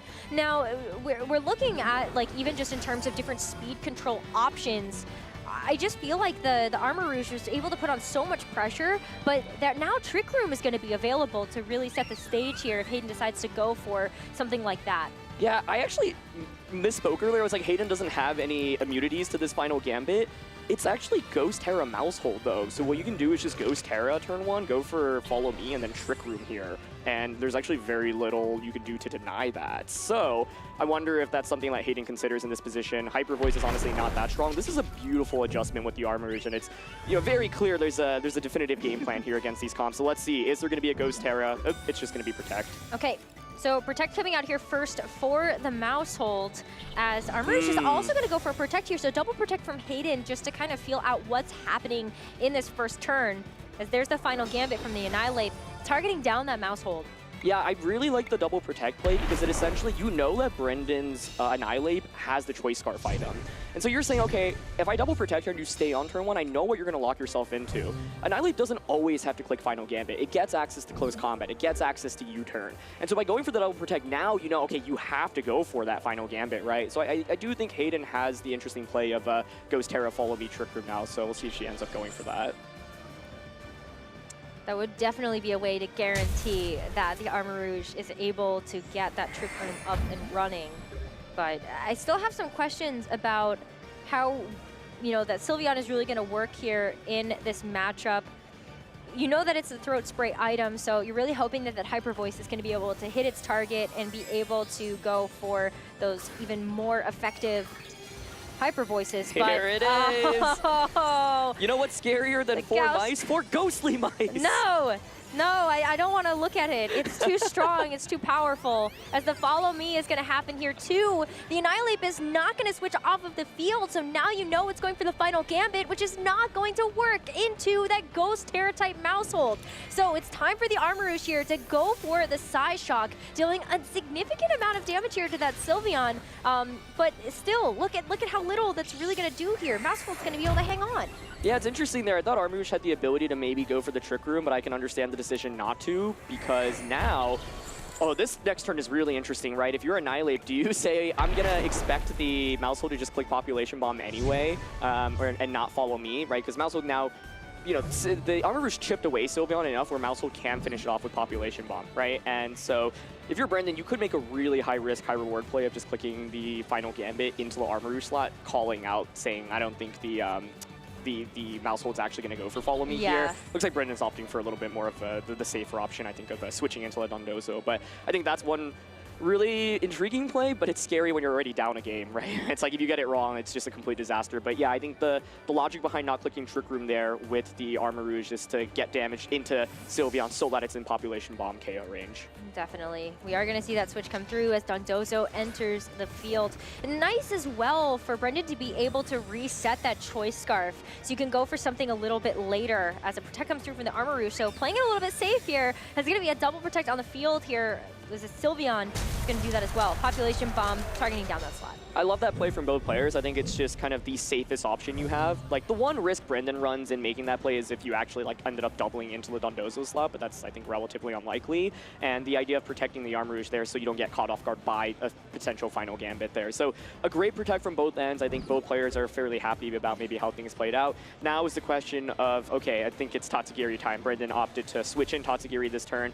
So, the question is for Hayden, what do you do this turn? You could go for the Follow Me. You can set up that Trick Room with Armor Rouge, but then how do you actually deal enough damage to the Dondozo afterwards? I think that was the main question I was trying to ask at the start, and Hayden masterfully handled Dondozo in game 1, but this time around there's no Tailwind support. You can't potentially really go for that Encore nearly as easily, and I really have to ask what's in the back here for Hayden.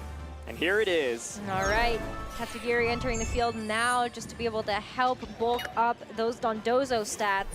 But are we going to see like another switch as well? It's nice to be able to see a Dondozo. It's gonna, you say that now. It's nice to be able to see a Dondozo. Listen, I'm trying to stay positive, okay? Commander Boost coming through as the Mousehold is going to go ahead and go for a Protect here as well. So what is Armor Rouge getting up to here? Order Up, targeting down that Mousehold slot, and as Armor Rouge is going to be moving, one of the slowest on the field. So there's the speed increase. It's okay, actually just Armor Cannon. Okay, I was nervous there for a hot second that we were going to see a Trick Room, especially with that speed boost coming through there. Dondozo is going to be pretty fast, so that still might be a viable option for later. Yeah, I was thinking if Trick Room went up there, then you get to just Encore into the Order Up, and then suddenly you're just locked into a Dragon-type attack, and this Order Up, as you can see, is the speed because of Tatsugiri's form, not the attack increase, and so it's not actually able to like snowball and do more damage. At this point, Dondozo's damage output is kind of locked, and so, yeah, I think Hayden maybe having the opportunity to set up Trick Room there, wanted to just start getting some chip damage off. As you called out, there's no rest on this set, right? So every a little bit of chip damage really does add up. However, there is still recovery from leftovers, so, yeah, like, Brendan's probably like, okay, well, I didn't get the knockout there, but it's still fine, right? Like, my Dondozo is still in a relatively fine defensive position. I can continue to heal back from leftovers, and so, yeah, my question is, what does Hayden have in the back that really deals with Dondozo? It feels like Encore has like kind of been the main solution, and it worked out very cleverly in game 1, but Brendan's not caught off guard by it this time around, and I'm sure Hayden now was thinking, oh, I could have Trick Room there, but what's done is done. You got to just keep playing the game from this position. Definitely. Okay, it's going to be Sylveon getting revealed as the third Pokemon for Hayden. As the Wave Crash now comes through, Armor Rouge is definitely not going to be surviving that one. So that's going to be a quick knockout for Brendan to take too. Yeah, actually, given that the Sylveon was in the back, there was a very clear angle for this endgame if Trick Room had gone up. It would have been in Trick Room, then you Encore the Dondozo into Order Up. It's stuck using that Dragon-type attack. Then Sylveon is completely immune to it, so it can just switch in and deal a lot of damage. So this is the thing with Dondozo Tatsugiri, right? Like, all about it is positioning. And this time around, it is so much more better positioned than in the previous game. Because, things that Encore and Haze can just immediately beat it. But right now, the Dondozo is just healing back a little bit every turn. It's pressuring with a lot of damage as well. And the Sylveon on Hayden's end, I believe, it has some good damage. It has Hyper Voice, but I don't see how it's clearing up Dondozo right now. I think Dondozo is just too strong at this moment. And the one solution I could think of is Yawn, but we know that Sylveon on Hayden's end actually does not have that Yawn. Yeah, it has Substitute, so maybe you're trying to go for a little bit more of an outlasting strategy here. But the Order Up into the Mousehold, there was no Protect this time around, so Mousehold is going to get knocked out. And that brings Hayden down to her final 2 Pokemon. You've got Sylveon on the field, and you also have that 4th and final unrevealed Pokemon. But the Terra Blast here, coming out, that's pretty powerful. Whoa! What do you make of that damage? That shit a lot more than I actually expected. So that is quite interesting. That is a lot more damage than I expected as well. But it's had Dragon in the back, so maybe this is where that Encore strategy would have been a little bit tough. you had used the Terra to Terra Ghost mouse hold. Yep. And if you had locked it into order up, then High Dragon doesn't have the ability to tear away its weakness there either. So order up now going into the High Dragon, that's a one-hit knockout. But is that going to be, like, can Dondozo outlast this? It's going to be very fast here. Yeah, I mean, Terra Blast here, it should survive, even though Terra Blast actually did do a considerable amount. I mean, it's an interesting solution, right? That's where I think if the Encore come out at some point from Household, this game could look pretty differently. But this is what I was saying, right? This matchup is not easy for Hayden, and so she has to get multiple turns correctly, and this time around, like, Hayden was playing lights out in the early game, but it doesn't really matter if Dondozo just gets set up, because this thing will just one-shot everything. That is the power of Dondozo Tatsugiri, and so we're going to have to go down to Game 3. I think seeing how much that Terra Blast actually does is pretty valuable information, because it's like, yeah, you can use it as offense, but the problem is, like, Dondozo is just so bulky still thanks to the stat boosts, and it's very difficult to clear. And on Hayden's side, like, a lot of Pokemon just eat up that one-hit knockout immediately, right? And so you've got to be feeling pretty good if you're Brendan in that one. You're like, oh, you know, the Annihilate stuff didn't even work out that well, but it's interesting, right? Because Brendan, like, was able to bait out that Ghost Terra from the mouse hold, and as soon as the Ghost Terra came out, like, it's great in the short term for Hayden, but in the long term it meant that there was no defensive Terra from Hydreigon, and that's one of the key Pokemon I think you actually really need to use in order to beat the Dondozo. And so I think Hayden basically has probably to accept that Dondozo and Tatsugiri is going to come out in this matchup. It's more of like, how do you maintain speed control so you can look for an Encore? I think that's probably the best approach, and she was able to handle it perfectly in Game 1. In Game 2, she had the possibility to Trick Room. I'm sure that's something she's got to be thinking about as well. And so, yeah, we'll see if it's a Tailwind or Trick Room in Game 3, but I feel like you got to go for one of the two means of speed control. Yeah, I agree with that. Definitely when you looked at that one turn as well, where you're like, Armarouge could have Trick Roomed here, and maybe that changes the game quite a bit, actually. But that was Game 2. Yeah, it's so hard to, like, be in that position and make that choice because there's so many different options available. And with the information that you have for your opponent, that's another layer into what do I do with my strategy. You can't just think about your own game plan. You also have to kind of consider what the opponent can do as well. Yeah, I think what's interesting now is, like, the Annihilate plus Sylveon lead, it felt like even though it didn't work out super well in the early game, part of it is that, once again, baiting out a Terra so that you can maximize its value in the late game. And so, you know, I am now putting myself in Hayden's shoes. Did you like the lead that you went with in the last game? What would you have kind of as a response to that? I think Hayden could go with her own Sylveon, something like Mousehold plus Sylveon, for example, where you can just go. But the problem, once again, is how comfortable is Hayden giving up Ghost Terra on Mousehold to get around the final Gambit, right? Because it's like, yeah, it's once again good in the short term, but maybe not valuable enough for you in the long term, because the problem is by not having that Steel Terra on Hydreigon in the late game, you are so weak into Dondozo's order up. We saw the order up just get the one-hit knockout earlier. Yep. Yeah, I mean, the speed too, like, that's definitely really tough. I mean, I wonder if there's a world where maybe you can bring in Moonkiss. Just trying to think of some other kind of bulky defensive options that Hayden has available that could be something that she can rely upon in this game. But it is a game number 3 here, tied up 1-1. So this game will be the deciding factor for who is going to stay undefeated in the tournament so far. Both of our trainers are at 2-0, and to be undefeated into round 3 is going to feel very, very good here. But here are the leads. It's going to be a run back is what we saw from game number 2. Yeah, I think it felt like things did not go well for Brendan at all in the early game, and, you know, he was still able to win that last one. This time it's interesting because you're like, okay, well, Hayden has maybe the conviction to just go for that double protect play again. So it looks like Brendan's considering going for that U-turn instead, you know, just pivot out and maybe bring in Dondozo or Tatsugiri. But I do think Hayden should maybe play a little bit more towards Trick Room this time around. Armarouge was on the field for quite a long time in that previous match and never set up Trick Room. And so I don't expect him maybe to come out on turn 1 immediately, but I think it should maybe come out at some point in this battle. Yeah, I mean, just seeing the lock-in too, even just remembering from game number 2. Here's a Terra immediately from Hayden's end. Is it going to be the mouse hold again? Yeah, looks like it. Okay, so maybe just in preparation for that final Gambit, trying to target down that slot. But the Ghost Terra type, it's been used now. Hayden does not have access to it for later, but Armarouge's going for the Protect. So this is a very safe play for Hayden to make. Gonna protect away from the final Gambit here coming out from the Annihilate, but then also Mousehold might have still gotten a chance to go for a move like the Population Bomb. So that will connect with the Sylveon, but we saw from that game number 1 that it was not enough to knock it out. Yeah, exactly. And, you know, once again, that's kind of the downside of having Friend Guard, but still doing a ton of damage here, enough where I would expect a Psy Shock from the Armor Rouge to finish things off. So yeah, it's a really interesting play where you're kind of just distributing damage onto Sylveon. Now, once again, like, Sylveon's not really the main problem in this matchup. It's the Dondozo plus the Tatsugiri in the back. And so this next turn is interesting where Mousehold has the very safe Follow Me. You could just go for Follow Me plus Psyshock right into Sylveon, but we could see the same play from the previous game where you protect one Pokemon, switch into the other. It looks like Brendan this time around is actually considering switching in the Tatsugiri instead of the Dondozo here, so preventing Dondozo from like eating unnecessary damage potentially. Now, it's a little bit scary. Tatsugiri does have that Citrus Berry as well, so it might actually even survive something like a Psyshock plus Population Bomb. But looks like Brendan kind of going back and thinking about things a little bit. Oh. Ooh, okay, that's a little spicy. Yeah.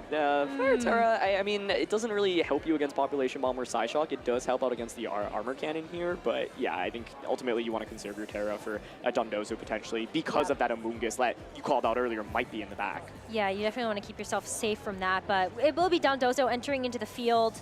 But a switch coming out here as well as Armor Rouge. We'll be leaving in. There's the Amoonguss. All right, I'm starting to feel smarter about this meta, that's for sure. But the Population Bomb is going to be the first to move. So Sylveon will not get a chance to go for that Hyper Voice despite having had that Throat Spray activated. But this is a free switch in. Brendan played this really well where that Tatsugiri can now come in for free. Yeah, what's so interesting is, like, by bringing this Mousehold and Amoonguss, like, you don't really do that much damage, although I say that a Mousehold actually did just kind of KO Sylveon after 2 hits, and so this is interesting now. Like, Brendan realizes, oh, shoot, like, you did bring Amoonguss in, you know, this time around, and so, like, you do have the ability to just go for that Flying Terra. Now, Hayden knows it's Flying Terra Dondozo, right? So you probably aren't going to just get caught off guard by it immediately. This turn feels really critical to me. It's a question of whether or not Amoonguss survives. You know, you could just protect it. You could switch it out as well. Because I think the thing with Amoonguss is if it faints, Dondozo just sweeps very cleanly like it did in the previous game, especially because the Terra was already committed to the Mousehold, so Amoonguss can't go for like a defensive Terra here either, so it's really got to worry about that potential Terra Blast. I still think, though, if you're Brendan, you target down that slot because at least like you either knock out the Mousehold or something else happens, and you know that Hayden does not have Protect available. So you're going to have to be able to do something here. So let's see that Terra come through for the Dondozo. Will be that flying type. And where does this damage end up going to? Does Mousehold follow me? Critically, like, also no switch, right? Yeah. Oh! Rage Powder. Okay. How is this going to play out then? So the U-turn is going to come through first. So Annihilate is going to go ahead and get the heck out of here. So that means that the Tatsugiri can now come switch in, provide that commander boost.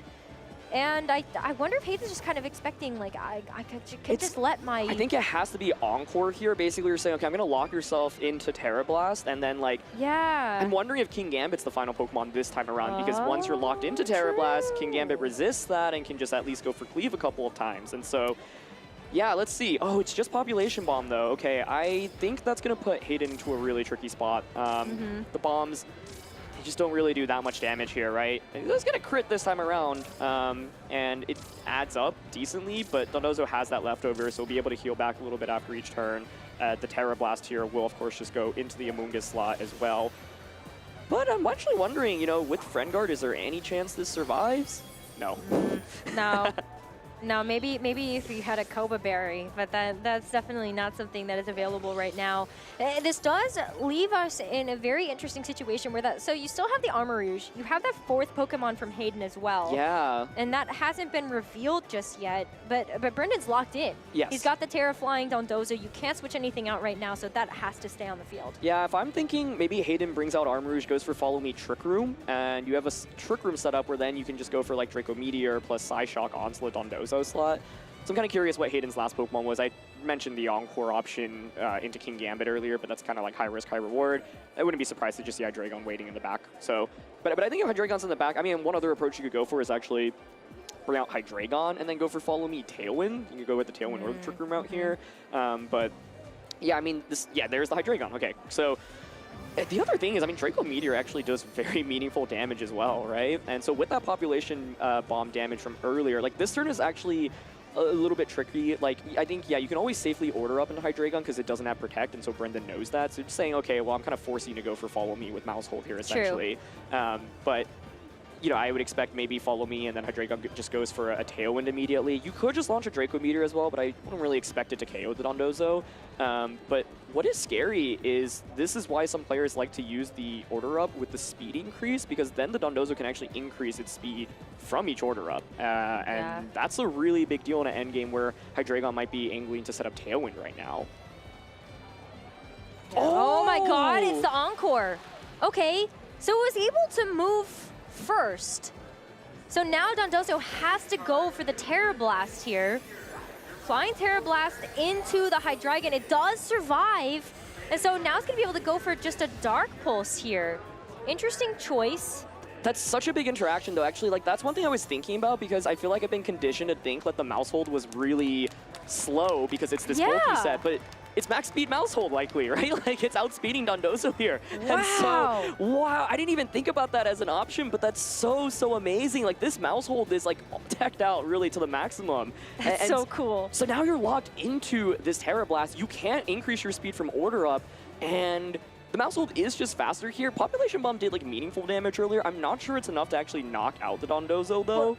But now Hydreigon is still alive. You could go for Follow Me here, and now Hydreigon can just go for a Draco Meteor. Yeah, that Draco should be able to do the job. I think you might want to actually consider Tailwinding this turn. True. And so like you get the speed boost, and then you can just go for knockouts after. That was so cool. Like I was like, mouse hold's moving first. Like I was like, what is happening right now? But what like this mouse hold said.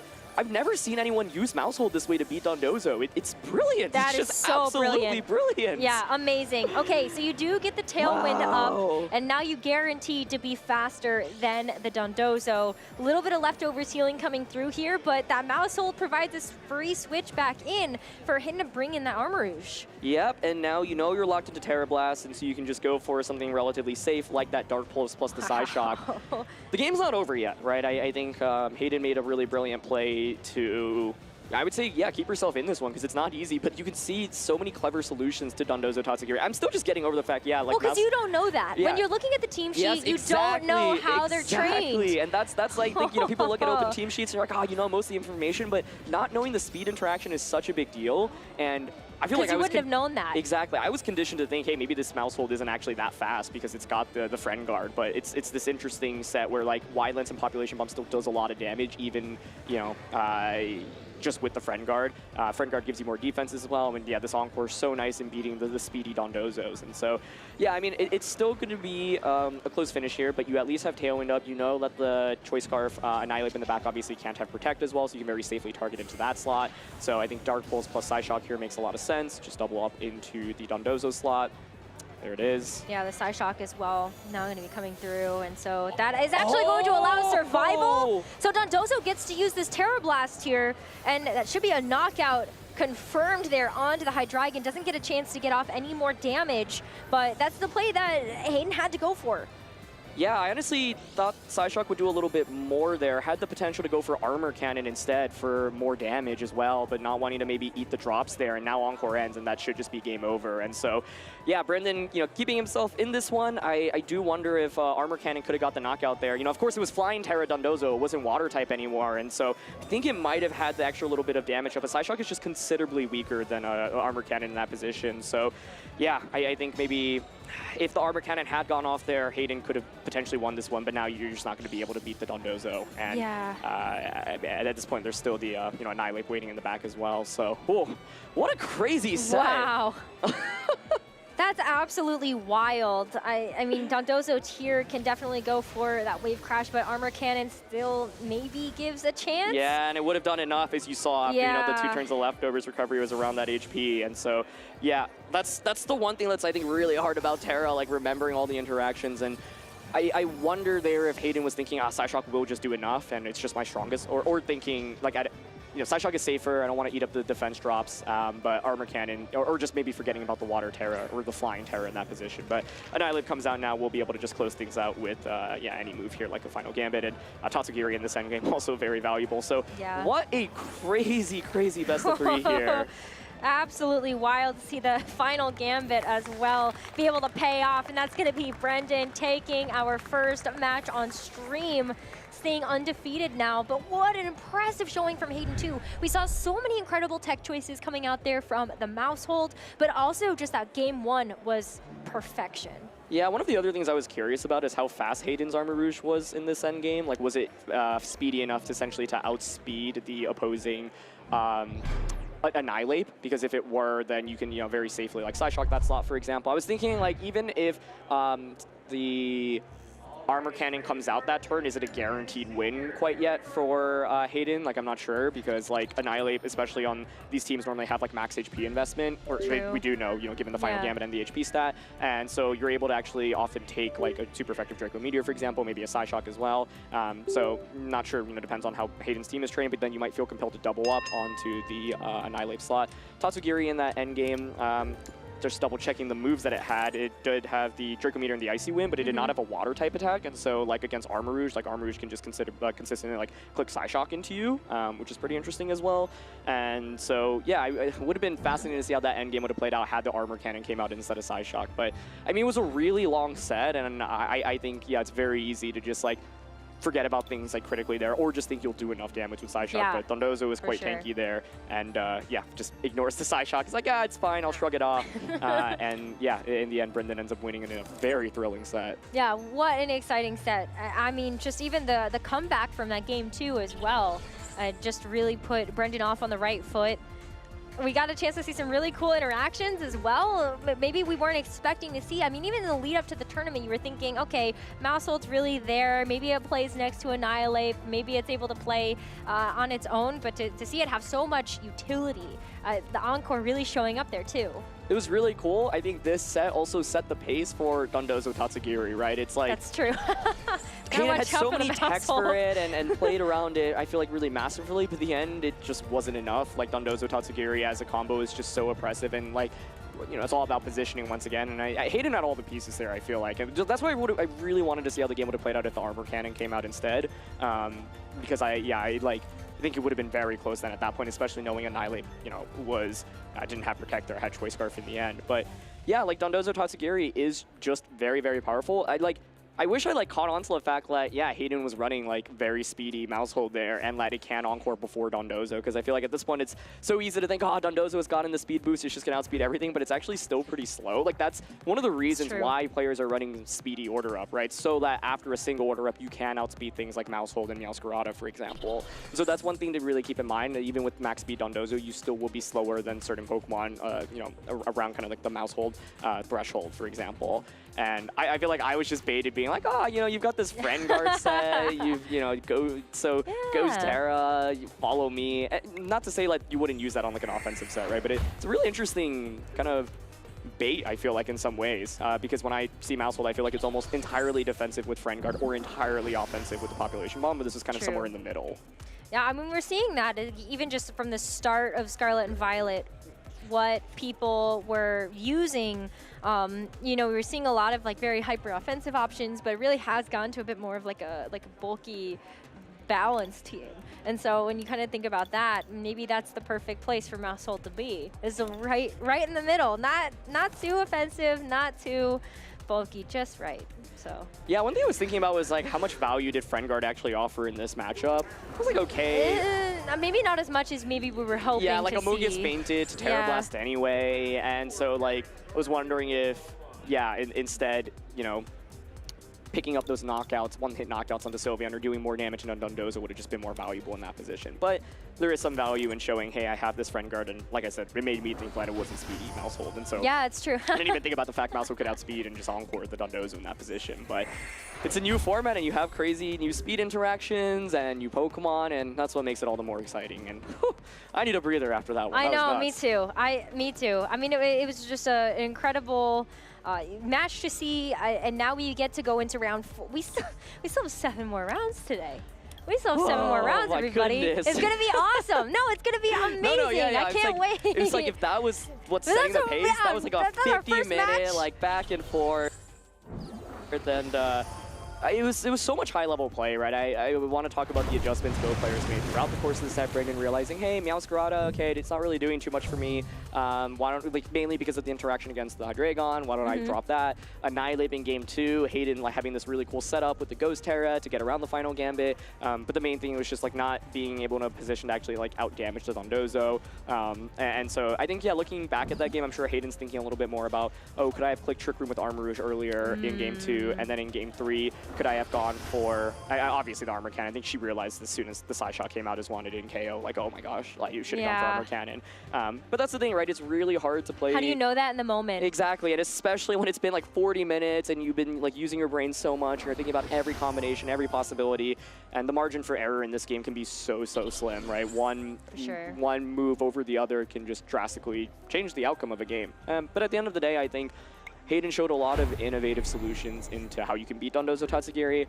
Brendan did a really good job keeping his cool, though. I think game 1, you know, it was a perfect game from Hayden, but Brendan realized, okay, look, Dondozo Tatsugiri is so good in this matchup. I just need to not mess up and position it a little bit better, and he did a great job of doing so. But yeah, I was wondering if he anticipated the Encore like going first before Dondozo in that end game. Because when I saw that, I was like, oh, that might actually win Hayden the game. Whereas I thought Brendan had really good control of that match if the mouse hold is just slower.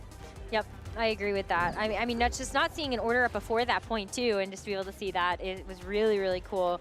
But I mean, just even looking across the board at just a whole for the event, there are a lot of trainers that came into this event prepared for a Dondozo Tatsugiri matchup. And so we already got a chance to see one of those examples with Hayden having the Encore, maybe a bit of a faster trained mouse hold. But what else have these trainers brought to really try to deal with that powerhouse duo? Because it feels like one of those duos that, like, if there's no answer to it this tournament, we're going to be seeing a lot of it in the next few events. No, that's for I sure. think the other thing is, like, you can have, like, answers. Like, Mousehold was kind of an answer there, but it's like you need to, like, it's like a 4-turn game planner answer, right? It's like Encore into... Encore actually did just definitively win the game in game 1, but you're not going to get that. Like, you know, Brendan realized, okay, I can't just lose to that again, can't right? happen again. So now understanding that, able to play around it, and I actually realized now thinking about it, like, because I believe we saw Mousehold outspeed Dondozo under Tailwind, when Dondozo was at +2, then actually, yeah, like, Mousehold just outspeeding Dondozo.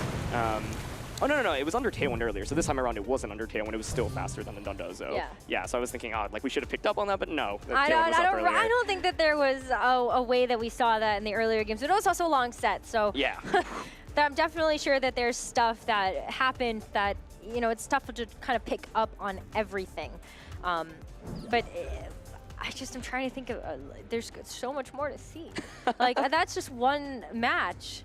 Like, I want to see more Meowscarada. I want to see, do you think we get a Quaquaval today? I would love to. That'd be so cool. I'm rooting for my boy Abomasnow. Oh, yeah, Don't know if he's gonna make it out. It's already, we're at the 3-0s already, you know. So if there is an Abomasnow at 3-0, I don't know if they picked the match yet, but please pick do the it one time for please. I'm begging. Please, for Aaron, let's get the Abomasnow in the match. I would love to see. Are we going to see Skeledirge today? That one actually... I actually think we could see Skeledirge. We were looking at the statistics of the most used Pokemon in this tournament, and Skeledirge was up there in like maybe the top 20, top 25. And so... Yeah, that's right. We were talking about Dondozo answers, and I just want to briefly touch on that. Like, Haze is the most obvious one, so Haze is on Murkrow, you can run it on Gengar or Palafin. You've got Clear Smog on Pokemon like Gastrodon, as well as Amoonguss, for example. Something like Fairy Terra is really interesting. For example, Fairy Terra Gastrodon is amusing because you actually get around Order Up as well as the Wave Crash. And Fairy Terra Skeledirge is actually something people were using as well in response to Dondozo because Skeledirge also was unaware, so you ignore the opposing side. Which is so weird to think about. It's like we have a water-type whale and Skeledirge can outlast the whale. You know, it's like with Terra just completely changes the dynamic of everything. That's so true. So like that's one thing to watch out for. I've seen players use like Fisher Dondozo or just one-hit knockout moves in general to beat opposing Dondozos. I've seen like Curse, for example. I've seen Toxic Spikes on Meowscarada. That's actually one meta development that I thought was really interesting. Like people teching Toxic Spikes on Meowscarada, just getting a layer, or ideally both layers up before the Dondozo even hits the field. That's pretty cool. True. Yeah, and so there are solutions, right? Like, but all of that is to creative. say, you still have to execute it properly, and with Dondozo Tatsugiri, there's so much flexibility in when you bring it out and when you just leave it in the back. And so it is not easy to fight against, even if you have these answers, when a very strong player is piloting it. Yeah, I mean, it's all about positioning. It's all about positioning and then trying to figure everything else out. It's curious that you bring up toxic spikes because terrain hazards have not really been a thing. Like when I was looking at Gigantamax Corviknight in Sword and Shield, I was like, what? It's so cool that this bird's getting a Gigantamax form, but then I'm like, well, Wind Rage doesn't actually remove very much because we don't really use Stealth Rock or Toxic Spikes. That's not really like a double strategy. But to hear Toxic Spikes now kind of coming back, looking ahead, Glamora? I know there's some players using it. I think Glamora is so interesting because there was like a grassroots tournament in Japan before Series 1 even really started, and the team won with Glamora and Murkrow on it. And that I feel like that really set the pace for Murkrow being very meta standard, but I was like Glamora actually does very good damage just with its type. Like you can, it's a weird typing, so you can obviously like defensively Terra to get around some of those weaknesses that it has, but one, its ability is really interesting, right? Because, yeah, like, if you're using Dondozo, you have to be careful about just setting up that spikes immediately. And then, two, like, this thing can actually really pack a punch. Like, I've seen, like, Grass Terra with Terra Blast used, for example. I'm really glad you called that out. Like, and now I'm really hoping we see a Glamora throughout today because I think it has a ton of potential. And I'm mainly curious how people are using Glamora, like how they position it against Dondozo teams, because it's not necessarily that easy, especially when people are using like Flying Terra Dondozo. It's like, oh, maybe you Grass Terra your Glamora to get around the Wave Crash being super effective, but then Dondozo goes Flying Terra and then Terra Blast into your Grass Terra. Like, this is what Terra does. No, the mind games. I feel like that woman that's like looking at all the equations and you can see that her brain is just like turning. That's what I feel right now. That's it's gonna be such a good time to try to figure out all of this. But we have 2 more matches that we're starting to get ready for you for round 4 of Swiss here at San Diego, and we're gonna go ahead and toss it over to the Analyst Lounge with Joe Brown to break it down with Brendan. Hello, Rosemary and Aaron Zhang. I am joined by Brendan Zhang for this winner's interview. So that was a matchup of the Titans, 2 prior world champions. There was a lot of anticipation. Those first couple of turns took a little bit to get going. So what was your approach to the beginning of this set against Hayden, and with all of those issues running into it, what was your game plan? Yeah, I was incredibly nervous. I mean, it's hard to go into a match prepared to start playing and just have it disconnect on you twice. But after seeing the leads, I sort of formed a game plan in my head of what I wanted to do, and it ended up not working out too well in game 1. So for games 2 and 3, I had to adjust my game plan a little bit. But it was really important to just stay calm and collected and play the best Pokemon that I could. Yeah, Hayden actually made some pretty smart plays with the Terra Ghost, on Mousehold, and that got rid of the final Gambit issue for you there. So how did you make those adjustments in games 2 and game 3? And it seemed like a lot of it was on the shoulders of, I guess, I don't know if Dondozo has shoulders or not, but it was on the back of Dondozo to get the round victory. Right. So after game 1, my Meowscarada plan didn't really work as well as I wanted it to. And I kind of took a look at Hayden's team again and realized that Annihilate does a lot of damage, both with close combat, but also with Final Gambit. It has the potential to KO some really threatening Pokemon. So I decided to lead that.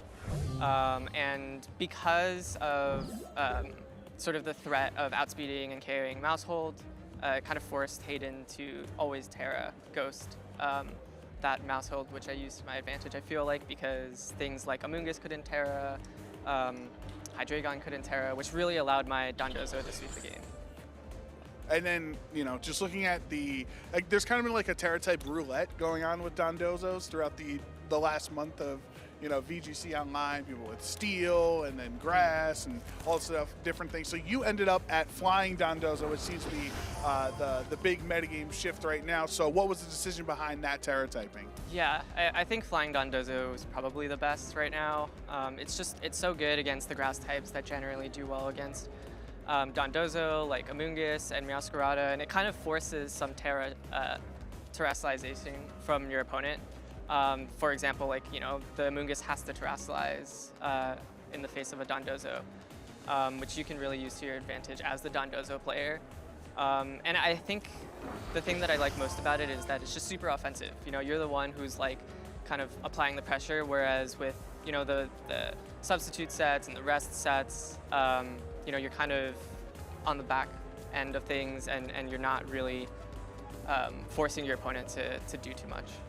I also think with your Annihilate and how you're talking about adjusting, like, I feel like a lot of people run Annihilate as the kind of the bot, like, okay, I'm just gonna like a final gambit bot, essentially. Like, Yeah. I'm just gonna get rid of one of your Pokemon at the cost of mine. But you making that adjustment and realizing that it's better to keep it in the back, especially in Game 3 like you did, waiting till Armarouge was just the last thing left. How do you have the mindset of when it's important to just turn one final gambit, get this thing out of my face, and all right, I'm gonna wait in the back and then bring it out as a sweeper late game? I'm not great at using Annihilate. I think there's definitely still that I have to learn throughout this tournament. But from what I've been able to do with Annihilate, generally it's like if you see something that's really threatening to Dondozo and your opponent doesn't really have a choice but to let it go down to Final Gambit, that's probably the time you want to Final Gambit. Otherwise, you can go put it in the back, switch around with it, and use it as a late game option. And how are you enjoying VGC in general? Like, this is our first test of a new era in Scarlet and Violet, so it was a lot of theorizing for the last month plus, you know, since the game came out. So what are your thoughts on VGC right now? I think terrestrializing is a phenomenal mechanic. It's definitely the best like new mechanic that I've, you know, had the pleasure of playing. The format I think is also pretty fun, especially if you're a Dondozo user. But if you're not, I think there's definitely ways to beat Dondozo. There's ways to beat other teams, and nothing feels like too powerful. So I would say like this is definitely one of the best like early tournaments of all my seasons. And what are your goals or ambitions on this season? You know, you're having some early success here on the day in our first regional. So we pulled up the schedule earlier. There's a whole bunch of events this year on the way to Japan for Worlds. Are you flying to every regional you can? What's your game plan for this season? Yeah, I have a couple of regionals lined up. It's been a really long time since I've qualified for Worlds. Last time was 2018, and I'm really like excited to get back into it and become a 2-time world champion. Okay, all right, I like that, because we can kind of, I guess, reminisce or flash back because San Diego as a city has hosted a world championship way back in the day. So if you want to talk about that experience from those old black and white days to where we are now in Scarlet and Violet. Yeah, I mean, my first Worlds was in San Diego here in 2011, so it's very nostalgic to come back. But at the same time, I was so young back then. There's a lot that I don't remember, so it's really nice being here. And are there any things in San Diego, like specifically, like any specific areas with your friends or restaurants or stuff? Because I've noticed the whole area, it's all beautiful. Yeah. It's very great weather right now, all the palm trees and everything. It has a really nice atmosphere. Yeah, I've pretty much been like all Pokemon this weekend, and back at 2011 Worlds, it was my first Worlds with me and Aaron, so we didn't really go too much outside of the venue, and we really just hung out with friends and everything. Did Aaron help you at all with this team? I always wonder when you have two great brothers that are great VGC players.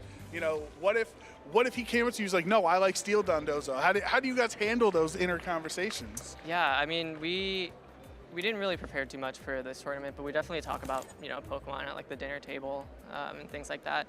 But I would like to say that this team is primarily built by Wolf Glick, Aaron Trailer, and Justin Karras, and I'm kind of just like a secondary user. Okay, you're just go to, but hey, it takes a good pilot, right? Yeah. So, are there any Pokemon that didn't make the list that you like in Scarlet and Violet? Maybe there was a 7th or 8th Pokemon that you just couldn't make it work, but down the road in future tournaments you'd really like to see and try to get on the team. I really like my 2018 Worlds team, and two really key members of that team were Nidoqueen and Clefairy, and I would really like for them to be good again. Yeah. And well, you do, like, I guess there are certain things that are available in this format, like the friend guard with Maushold being able to redirect things. So I guess that's always an interesting wrinkle to the new Pokemon that get created every generation. Is it's like, all right, well, there was a previous Pokemon that used to do this in a different way, maybe has different typing, different stat spread, things like that. So when the new games came out, was that your first? Were you enjoying the story mode and just having fun catching Pokemon, or was it right into the grind of like, okay, oh, here's Annihilate with Defiant compared to previous Pokemon that also had Defiant? Like, how did you approach the new game? Yeah, I mean, usually when new games come out, I'd probably kind of dive right into competitive play. But this one especially is really passionate about just going around exploring Paldea and catching all the different Pokemon. So it took me a couple of weeks, honestly, to really get my head into the competitive mindset. But I think it's worked out so far. Absolutely. All right. So congratulations on your victory, and we are going to head back over to the desk for more round 4 matches. Do you think we'll see Nido Queen again? Nido Queen, Nido King? I'm willing it for Brendan. Yeah. I'm gonna be like, hey, can you guys do me a favor? He loves Nido Queen. Let's please put her in the game. Come on. Just one time. Clefairy, I don't think we'll have a problem with it. That'll be fine. That's it's interesting because I feel like we've got Mousehold now. Oh wait, move over, Clefairy. Yeah, I'm done with it. I don't want to play with you anymore. I have Mousehold, and it can be a Ghost type. Mousehold's one of my favorite new Pokemon. It's so menacing but so adorable. I can't get over it, but it's pretty cute. Oh man, it's surreal. Like hearing Brendan's interview there. Like, yeah, we were here in 2011. Like that was Brendan's first World Championship. He was in the juniors division, finished in the top 4 that year. It's wild, to see him competing in Masters, and also Hayden. Hayden is one of kind of the older VGC players that has so much experience throughout different age groups as well. And she won the World Championships in Vancouver in 2013, and has just performed very consistently throughout all the years. And I thought the way that she approached that game was also just really cool, and it goes to show like there's so many different ways that you can go about beating like common duos, whether it be like Dundozo Tatsugiri, for example. But yeah, I believe we have our next match coming up soon, and there's some pretty cool Pokemon we're about to see. I think I don't think you're going to will Abomasnow into existence. I'm going to go ahead and burst that bubble now, and everybody at home, I'm so sorry. Please, someone out there, please, if you're 3-0 and you have Abomasnow on your team, just do me a favor and keep winning. So I'm back. Please. Top cut tomorrow, please. No, it would be great. But you did will something else into existence, and that's the Paldean Tauros. Okay. Because that's, I think, one of the interesting Pokemon you were referring to, as we are getting our first round 4 matchup ready to go on stage. We've got 2 for you. We've got this one, and then we've got another one to fill up the time for our player lunch break. And then we'll go into rounds 5 through 10 after that. But for the first matchup, we've got Sohaib Mufti versus Chongjun Peng. Sohaib is one of those players that really has been on the rise when it's come to Sword and Shield, and now entering into Scarlet and Violet. I cannot wait to see how he's going to do today, but then Chongjun as well.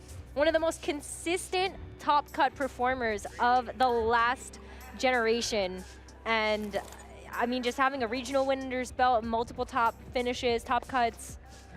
It's gonna be another heavy hitting match. Yeah, I'm excited because I think both of these players really came into full form throughout Sword and Shield, and they're both incredible. Chongjun, truly just one of the most exceptional players in the world.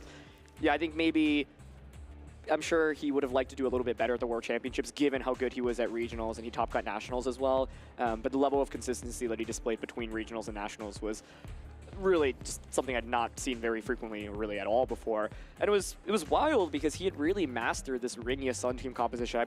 We were commentating in Milwaukee. You played him also. I did, yes. Okay, let's go back to the beginning. Gave me No, because let's go back to the beginning of Chongjun's journey, right? Because we've been able to follow it for a long time. And I remember talking to you at that tournament where you're like, what do I do against Chartyberry Charizard on Chongjun's team? Yeah. And you gave such a good answer for that. It's like, there's really not much. Like, Chongjun was ahead of his time when it came to that item choice. Yeah, he was ahead of his time, and also it was really interesting. When I played Chongjun at Salt Lake City, which was the first regionals in 2022, we had played in the last round of Swiss, and he had defeated me, and I believe he led Incineroar or Grimmsnarl in both of the games. And so when we played the next day, I had spent the entire night covering for multiple different options that I thought he would go with, and I thought he would very heavily lean into Incineroar and Grimmsnarl again, given that he had 2-0'd me in Swiss. And then he came out with a completely different lead, and I was like, ooh. I think maybe it was like Charizard Ground. I was just like very offensive immediately. Yeah. And that to me, like, showed me how impressive of a player he was, because despite winning with a certain combination, he was willing to find something even slightly more optimal, and I think what he ended up bringing covered for what I was trying to go with my game plan specifically. And so, but I'm really excited to see Chongju in a Sword and Shield format, especially the non-restricted format, because the dynamic of that format was so different. Chongju, interestingly enough, also had like changed his team composition a little bit throughout different tournaments, but it felt like Rinyasun was clearly like his bread and butter, for example. And so, yeah, you called it a Tauros though. Both of these players have Tauros. Yeah, I see Tauros. I see more Hydreigon. That's always good. Actually, double Dragon. That's not an uncommon archetype that we've been seeing as well develop in Scarlet and Violet. So Chongjun's going to be bringing that Hydreigon as well as the Garchomp. But then there's something else that I feel like we haven't gotten to see too much of yet. I'm looking at the Golden Go. And both teams have it here. I mean, I think coming into this tournament, a lot of people were expecting this to be easily one of the top 3, top 5 most used Pokemon. And so I think that one thing that's cool about this Pokemon is how do you run it? You know, Choice Specs was overwhelmingly common, especially at the start of the format.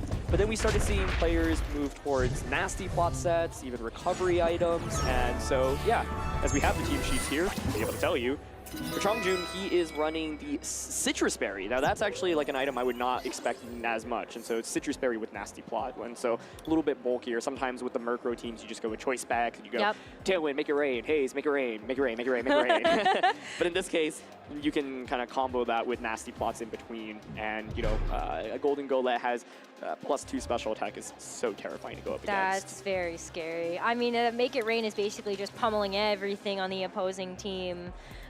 At that point when you've got that boost, but also just a kind of a great way to keep yourself in it if you don't have that Murkrow next to you either, to be able to remove that stat drop after using Make It Rain. But even like, let's talk more about the Tauros, okay? Because we're seeing it on both teams here. Yeah. Like, what an I knew, okay? I had a feeling that if we were going to get a region that was under the influence of Spain, okay, or like maybe pulling some inspiration from there, right?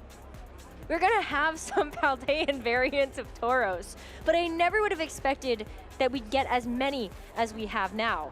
And so to see a Tauros on both teams is just pretty awesome. Yeah, and they're different Tauroses as well. It's the Aqua breed on one side and then the Blaze breed on the other side. I think this is just one of the most intriguing Pokemon to me. One thing that's interesting about this format is maybe the lack of Fake Out and Intimidate relative to previous formats. It's interesting, they introduced new items that, you know, prevent those from being as strong, but it's not like that many people are actually using Covert Cloak. It's an item that I thought would be very good, especially on like, you know, Talonflame, for example, but it seems like people value like a Ghost Terra to get around Fake Out. Like Terra means that you can also get around Fake Out, right? So you don't necessarily need to commit an item slot to it, and we do have Clear Amulet to get around Intimidate, but because there aren't actually that many Intimidators that people are using, yeah, I feel like people aren't using Clear Amulet as much, but as a result, now you can throw in this Tauros, it's got the Intimidate, and it's able to, you know, be fairly valuable in decreasing the attack of the opposing side. One thing that's interesting is when looking at the matchup, you know, we see the teams on the of both sides here. There is the King Gambit on one side, and it does have Defiant. So you gotta be a little bit careful if you're Chongjun and actually bringing that Tauros, because if you do, you might activate Defiant. Yeah, and that's like, oh gosh, flashbacks to like flashbacks to the genies in Sword and Shield. Yeah, absolutely. Oh, no. I mean, that is definitely something that you're going to want to keep an eye out for. If I'm not mistaken, isn't there a change to Defiant coming into Scarlet and Violet? Or is it so. still, it's still the same? It still activates every single time? Yeah, that's awful. Yeah. Yeah, that's pretty bad. That's something you want to avoid, that's for sure. You definitely want to avoid that. I think one of the interesting things I'm asking myself right now is there incentive for Chongjun to actually bring the Tauros? I think one thing that's really cool about Sohype's team is you've got the Tauros and the King Gambit, and so Sohype has Water or Aqua Breed Tauros and Pelipper. So you can actually do so much damage in the rain, right? That's like a really sick combination. And so naturally, like, oh, okay, well, how do I decrease Tauros' damage output? Let me decrease his attack via Intimidate with my own Tauros.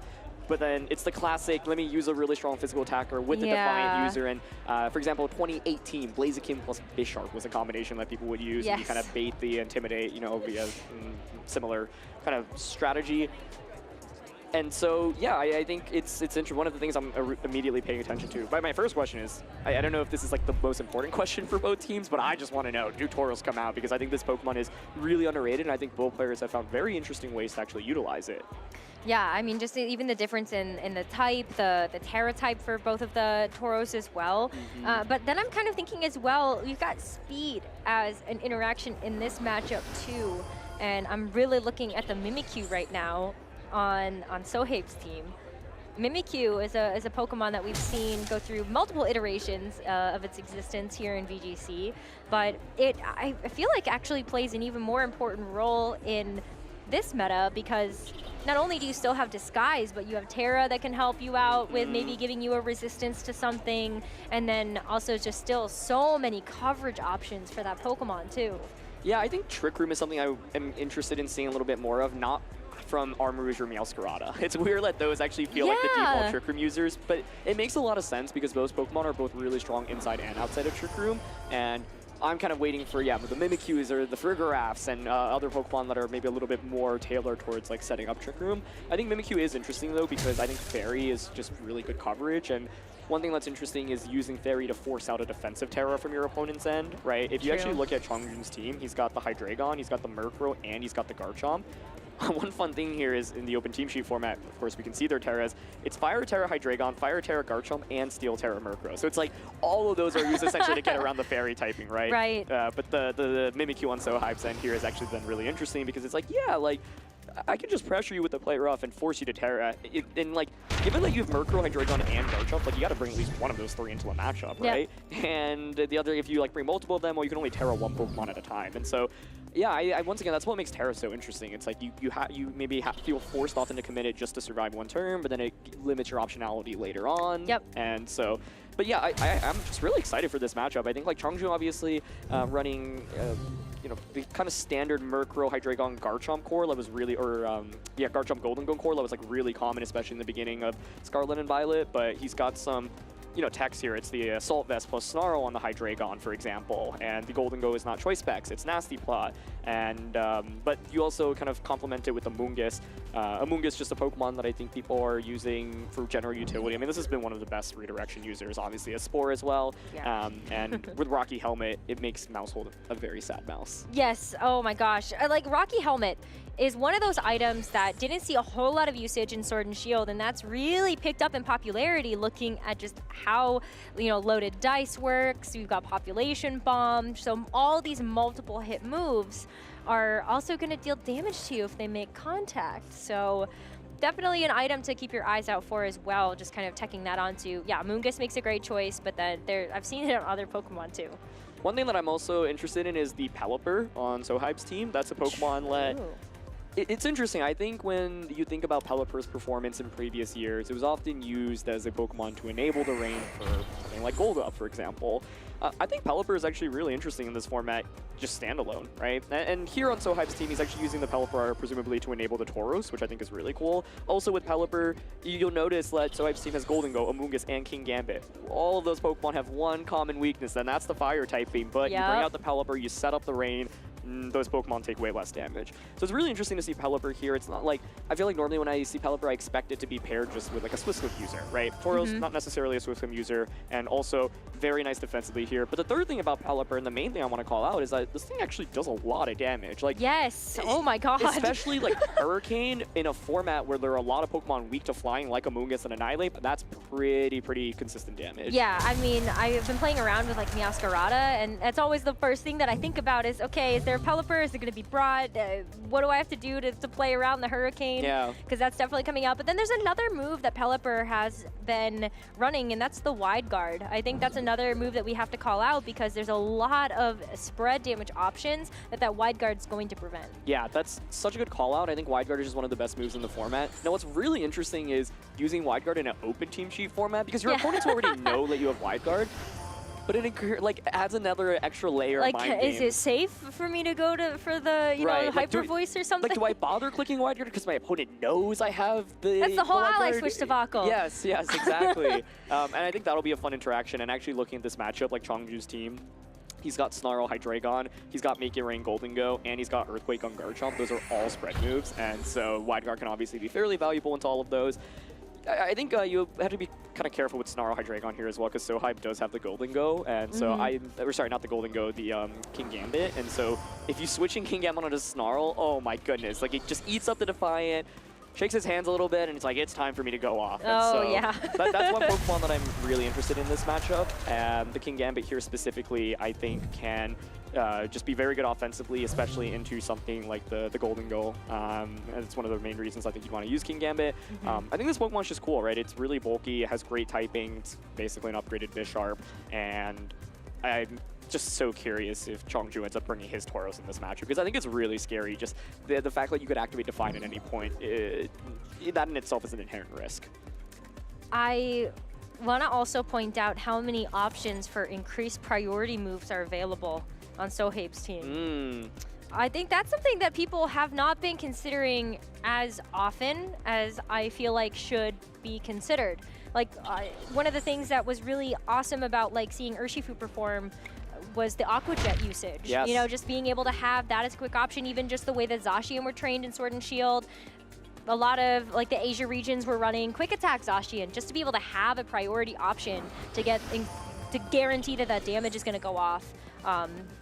So just knowing that that's available on SoHype's team is very scary. That's a really good point, because I think this format has a lot of speed control. A lot of people are using Tailwind, a lot of people are using Trick Room. What's interesting about a lot of those teams as well is I think like the best constructed ones are not like fully committal. It's not like I need Tailwind to win or I need Trick Room to win, but I have so many options that I can flex both of those. But the thing is, with so much speed control, having priority is a nice way to say, okay, even if you set up the speed, I don't care, I can just move before you anyway. Right. And I've talked about this specific team a little bit already, but it's the team that 2019 World Champion Naoto Mitsubishi used to finish ranked #1 on the ranked season. And I talk about it a lot because I think he had some really interesting things. It was like Dondozo, Tatsugiri, Volcarona with Rocky Helmet, like Baxcalibur, for example, Choice Specs Golden Go. But the point was, like, the team didn't actually have like that much speed control. Your best bet was like Choice Scarf Icy Wind from Tatsugiri, but it had a decent amount of priority, like Ice Shard from like Baxcalibur, for example. And so, yeah, like, what's interesting is sometimes players are like, oh, I need speed control on my team, I need a way to match Tailwind, or I need my own Trick Room or whatnot. But one thing you could do in the format is just go with like a lot of bulk as well, and just say, well, you know, I can outlast hits, and even if you're faster than me, I'll move after you, I'll just KO you in return, because I have so much bulk to work with. That's not the case for this matchup. Both players actually have Tailwind, Hydreigon on one end, Pelipper with Tailwind on the other end, and then SoHype actually does have the Trick Room on the Mimikyu as well. And so, yeah, that, you know, brings out a lot of classic, like, okay, you know, how do I actually shut down Trick Room? I think when one side has Tailwind and the other side does not, and they have Trick Room, that's always one of the first things I gravitate towards. How does Chongju actually deny Trick Room from Mimikyu?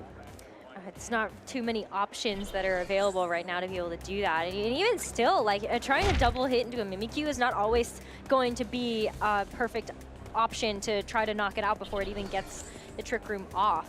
The Disguise ability is just so hard to play around sometimes, and especially knowing the speed control options that are available on Chongqing's team, you gotta break the Disguise first and then try to hit it with a super effective move to really be able to get the knockout. Yeah, and the Mimikyu on SoHype's team is actually Steel Terra here as well, and so the first thing I was like, okay, well, if you're trying to beat the Mimikyu, you can break Disguise with something that's faster than Golden Go, for example, using the Hydreigon, right, and just like use Dark Pulse, break through Disguise, and then just make it rain. But Mimikyu can actually just simply Terra into Steel to get around that. And so one of the interesting dynamics in this game is, I think for SoHype, it makes sense to play towards Trick Room. You already have Pokemon that are a little bit slower. I think if you bring your own Pelipper and try to set up Tailwind with that, you know, Murkrow can just kind of match your Tailwind and you'll be outsped. The Murkrow on Chongqing's team notably does not have Taunt, but it actually does have Quash. And so Quash here can be used as a potential solution against Trick Room.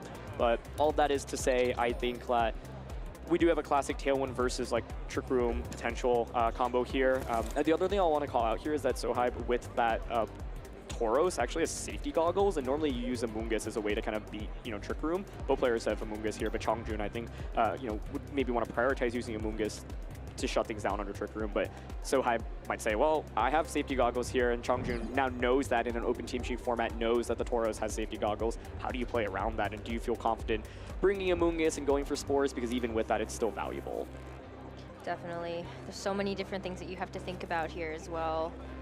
And I didn't even like take into account too the amount of healing options that are available on Sohaib's team.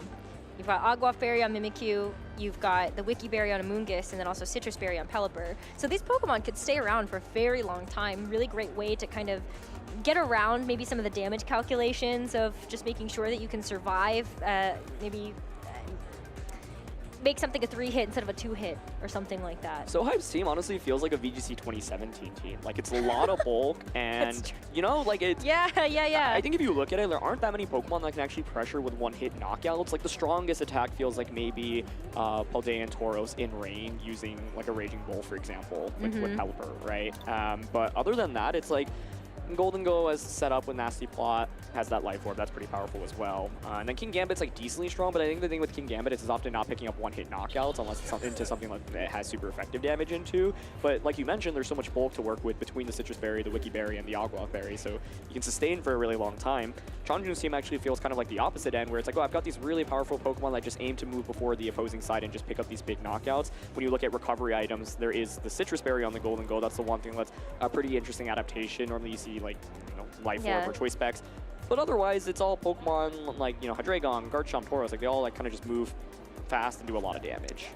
Yeah, for sure. So I'm really looking at like, you know, does Golden Go come? What kind of position can it get into to really make sure that it's firing off some really powerful attacks? And, you know, how does Chongjun actually navigate this? Because I'm honestly going to say that Sohaib has an advantage here. You know, with the priority move options, just being able to have the weather control as well against all of these different Pokemon that have like a fire, Terra type or something like that.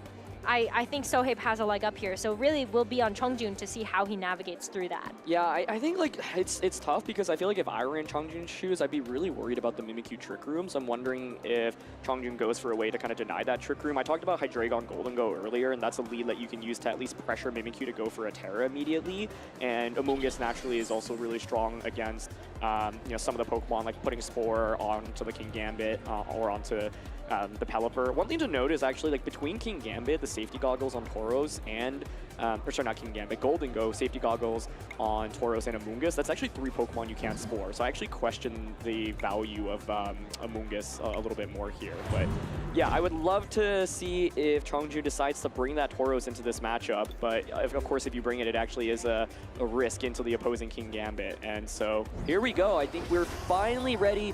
Both players have locked in their Pokemon.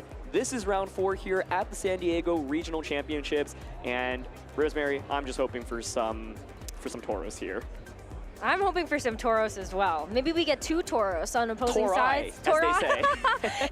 Is that? I don't think that's a thing, but oh, there's one. Wait, okay. one? Okay, hang on.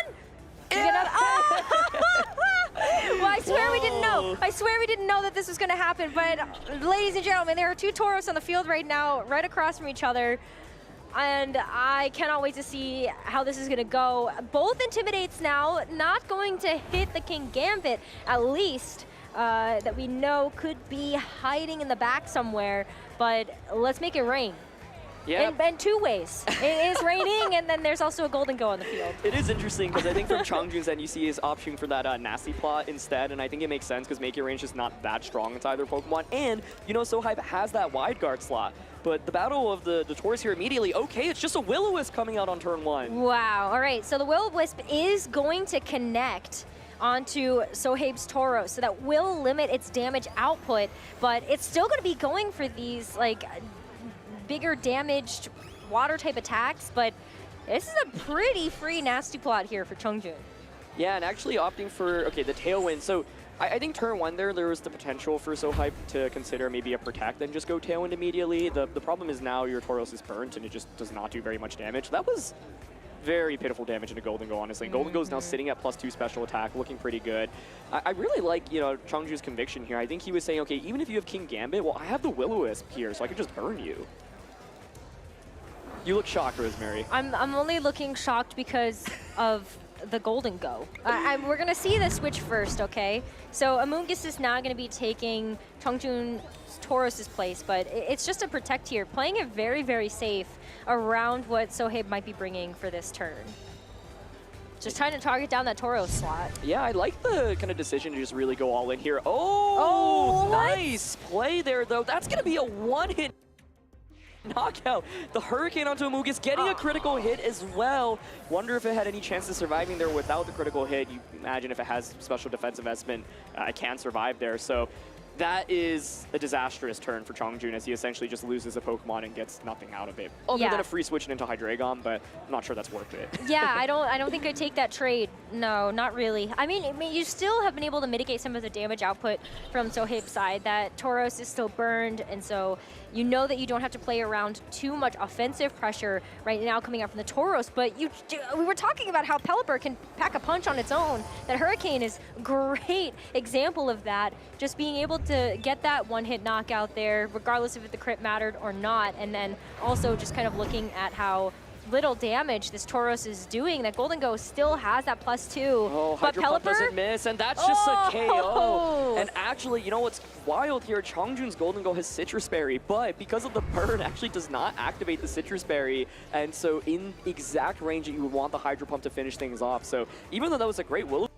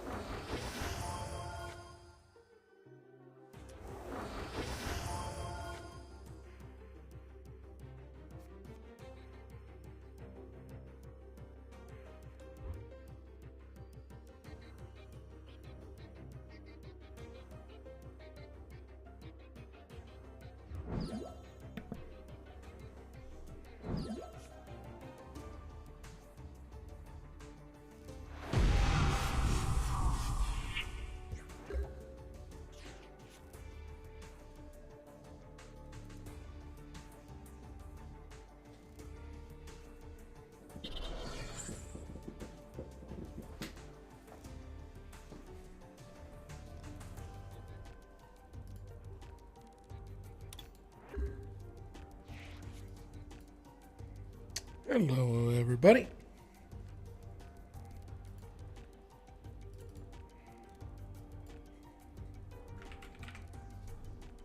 Hey, everyone. Hello. You had a camera, but now you don't anymore. Yeah, it's freaking out. I'm just trying to fix it. Okay. Good evening, everybody. Hello. Thirsty Thursday is here upon us. We took a couple extra days off this week because we were hitting it hard in our nation's capital. So we are back in action. You had to fix a power plant? Well, that stinks. It was a good time. Super good time. A lot of fun spots to get food. A lot of fun parties. And got to see a ton of people. So that was always super nice.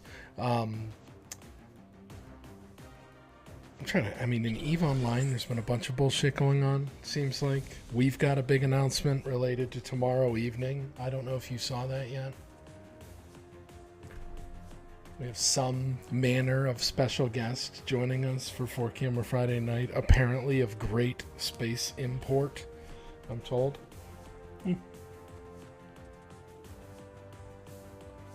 We did drink a lot of Big Wave. Went through a couple kegs of Big Wave.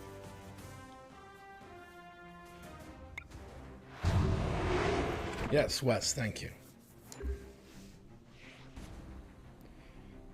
Rubinix, that is the friendship skin.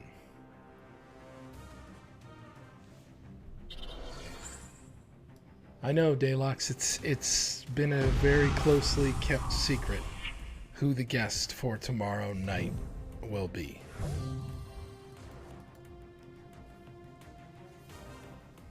I don't know who it could be. Yeah, I mean, man, we don't know.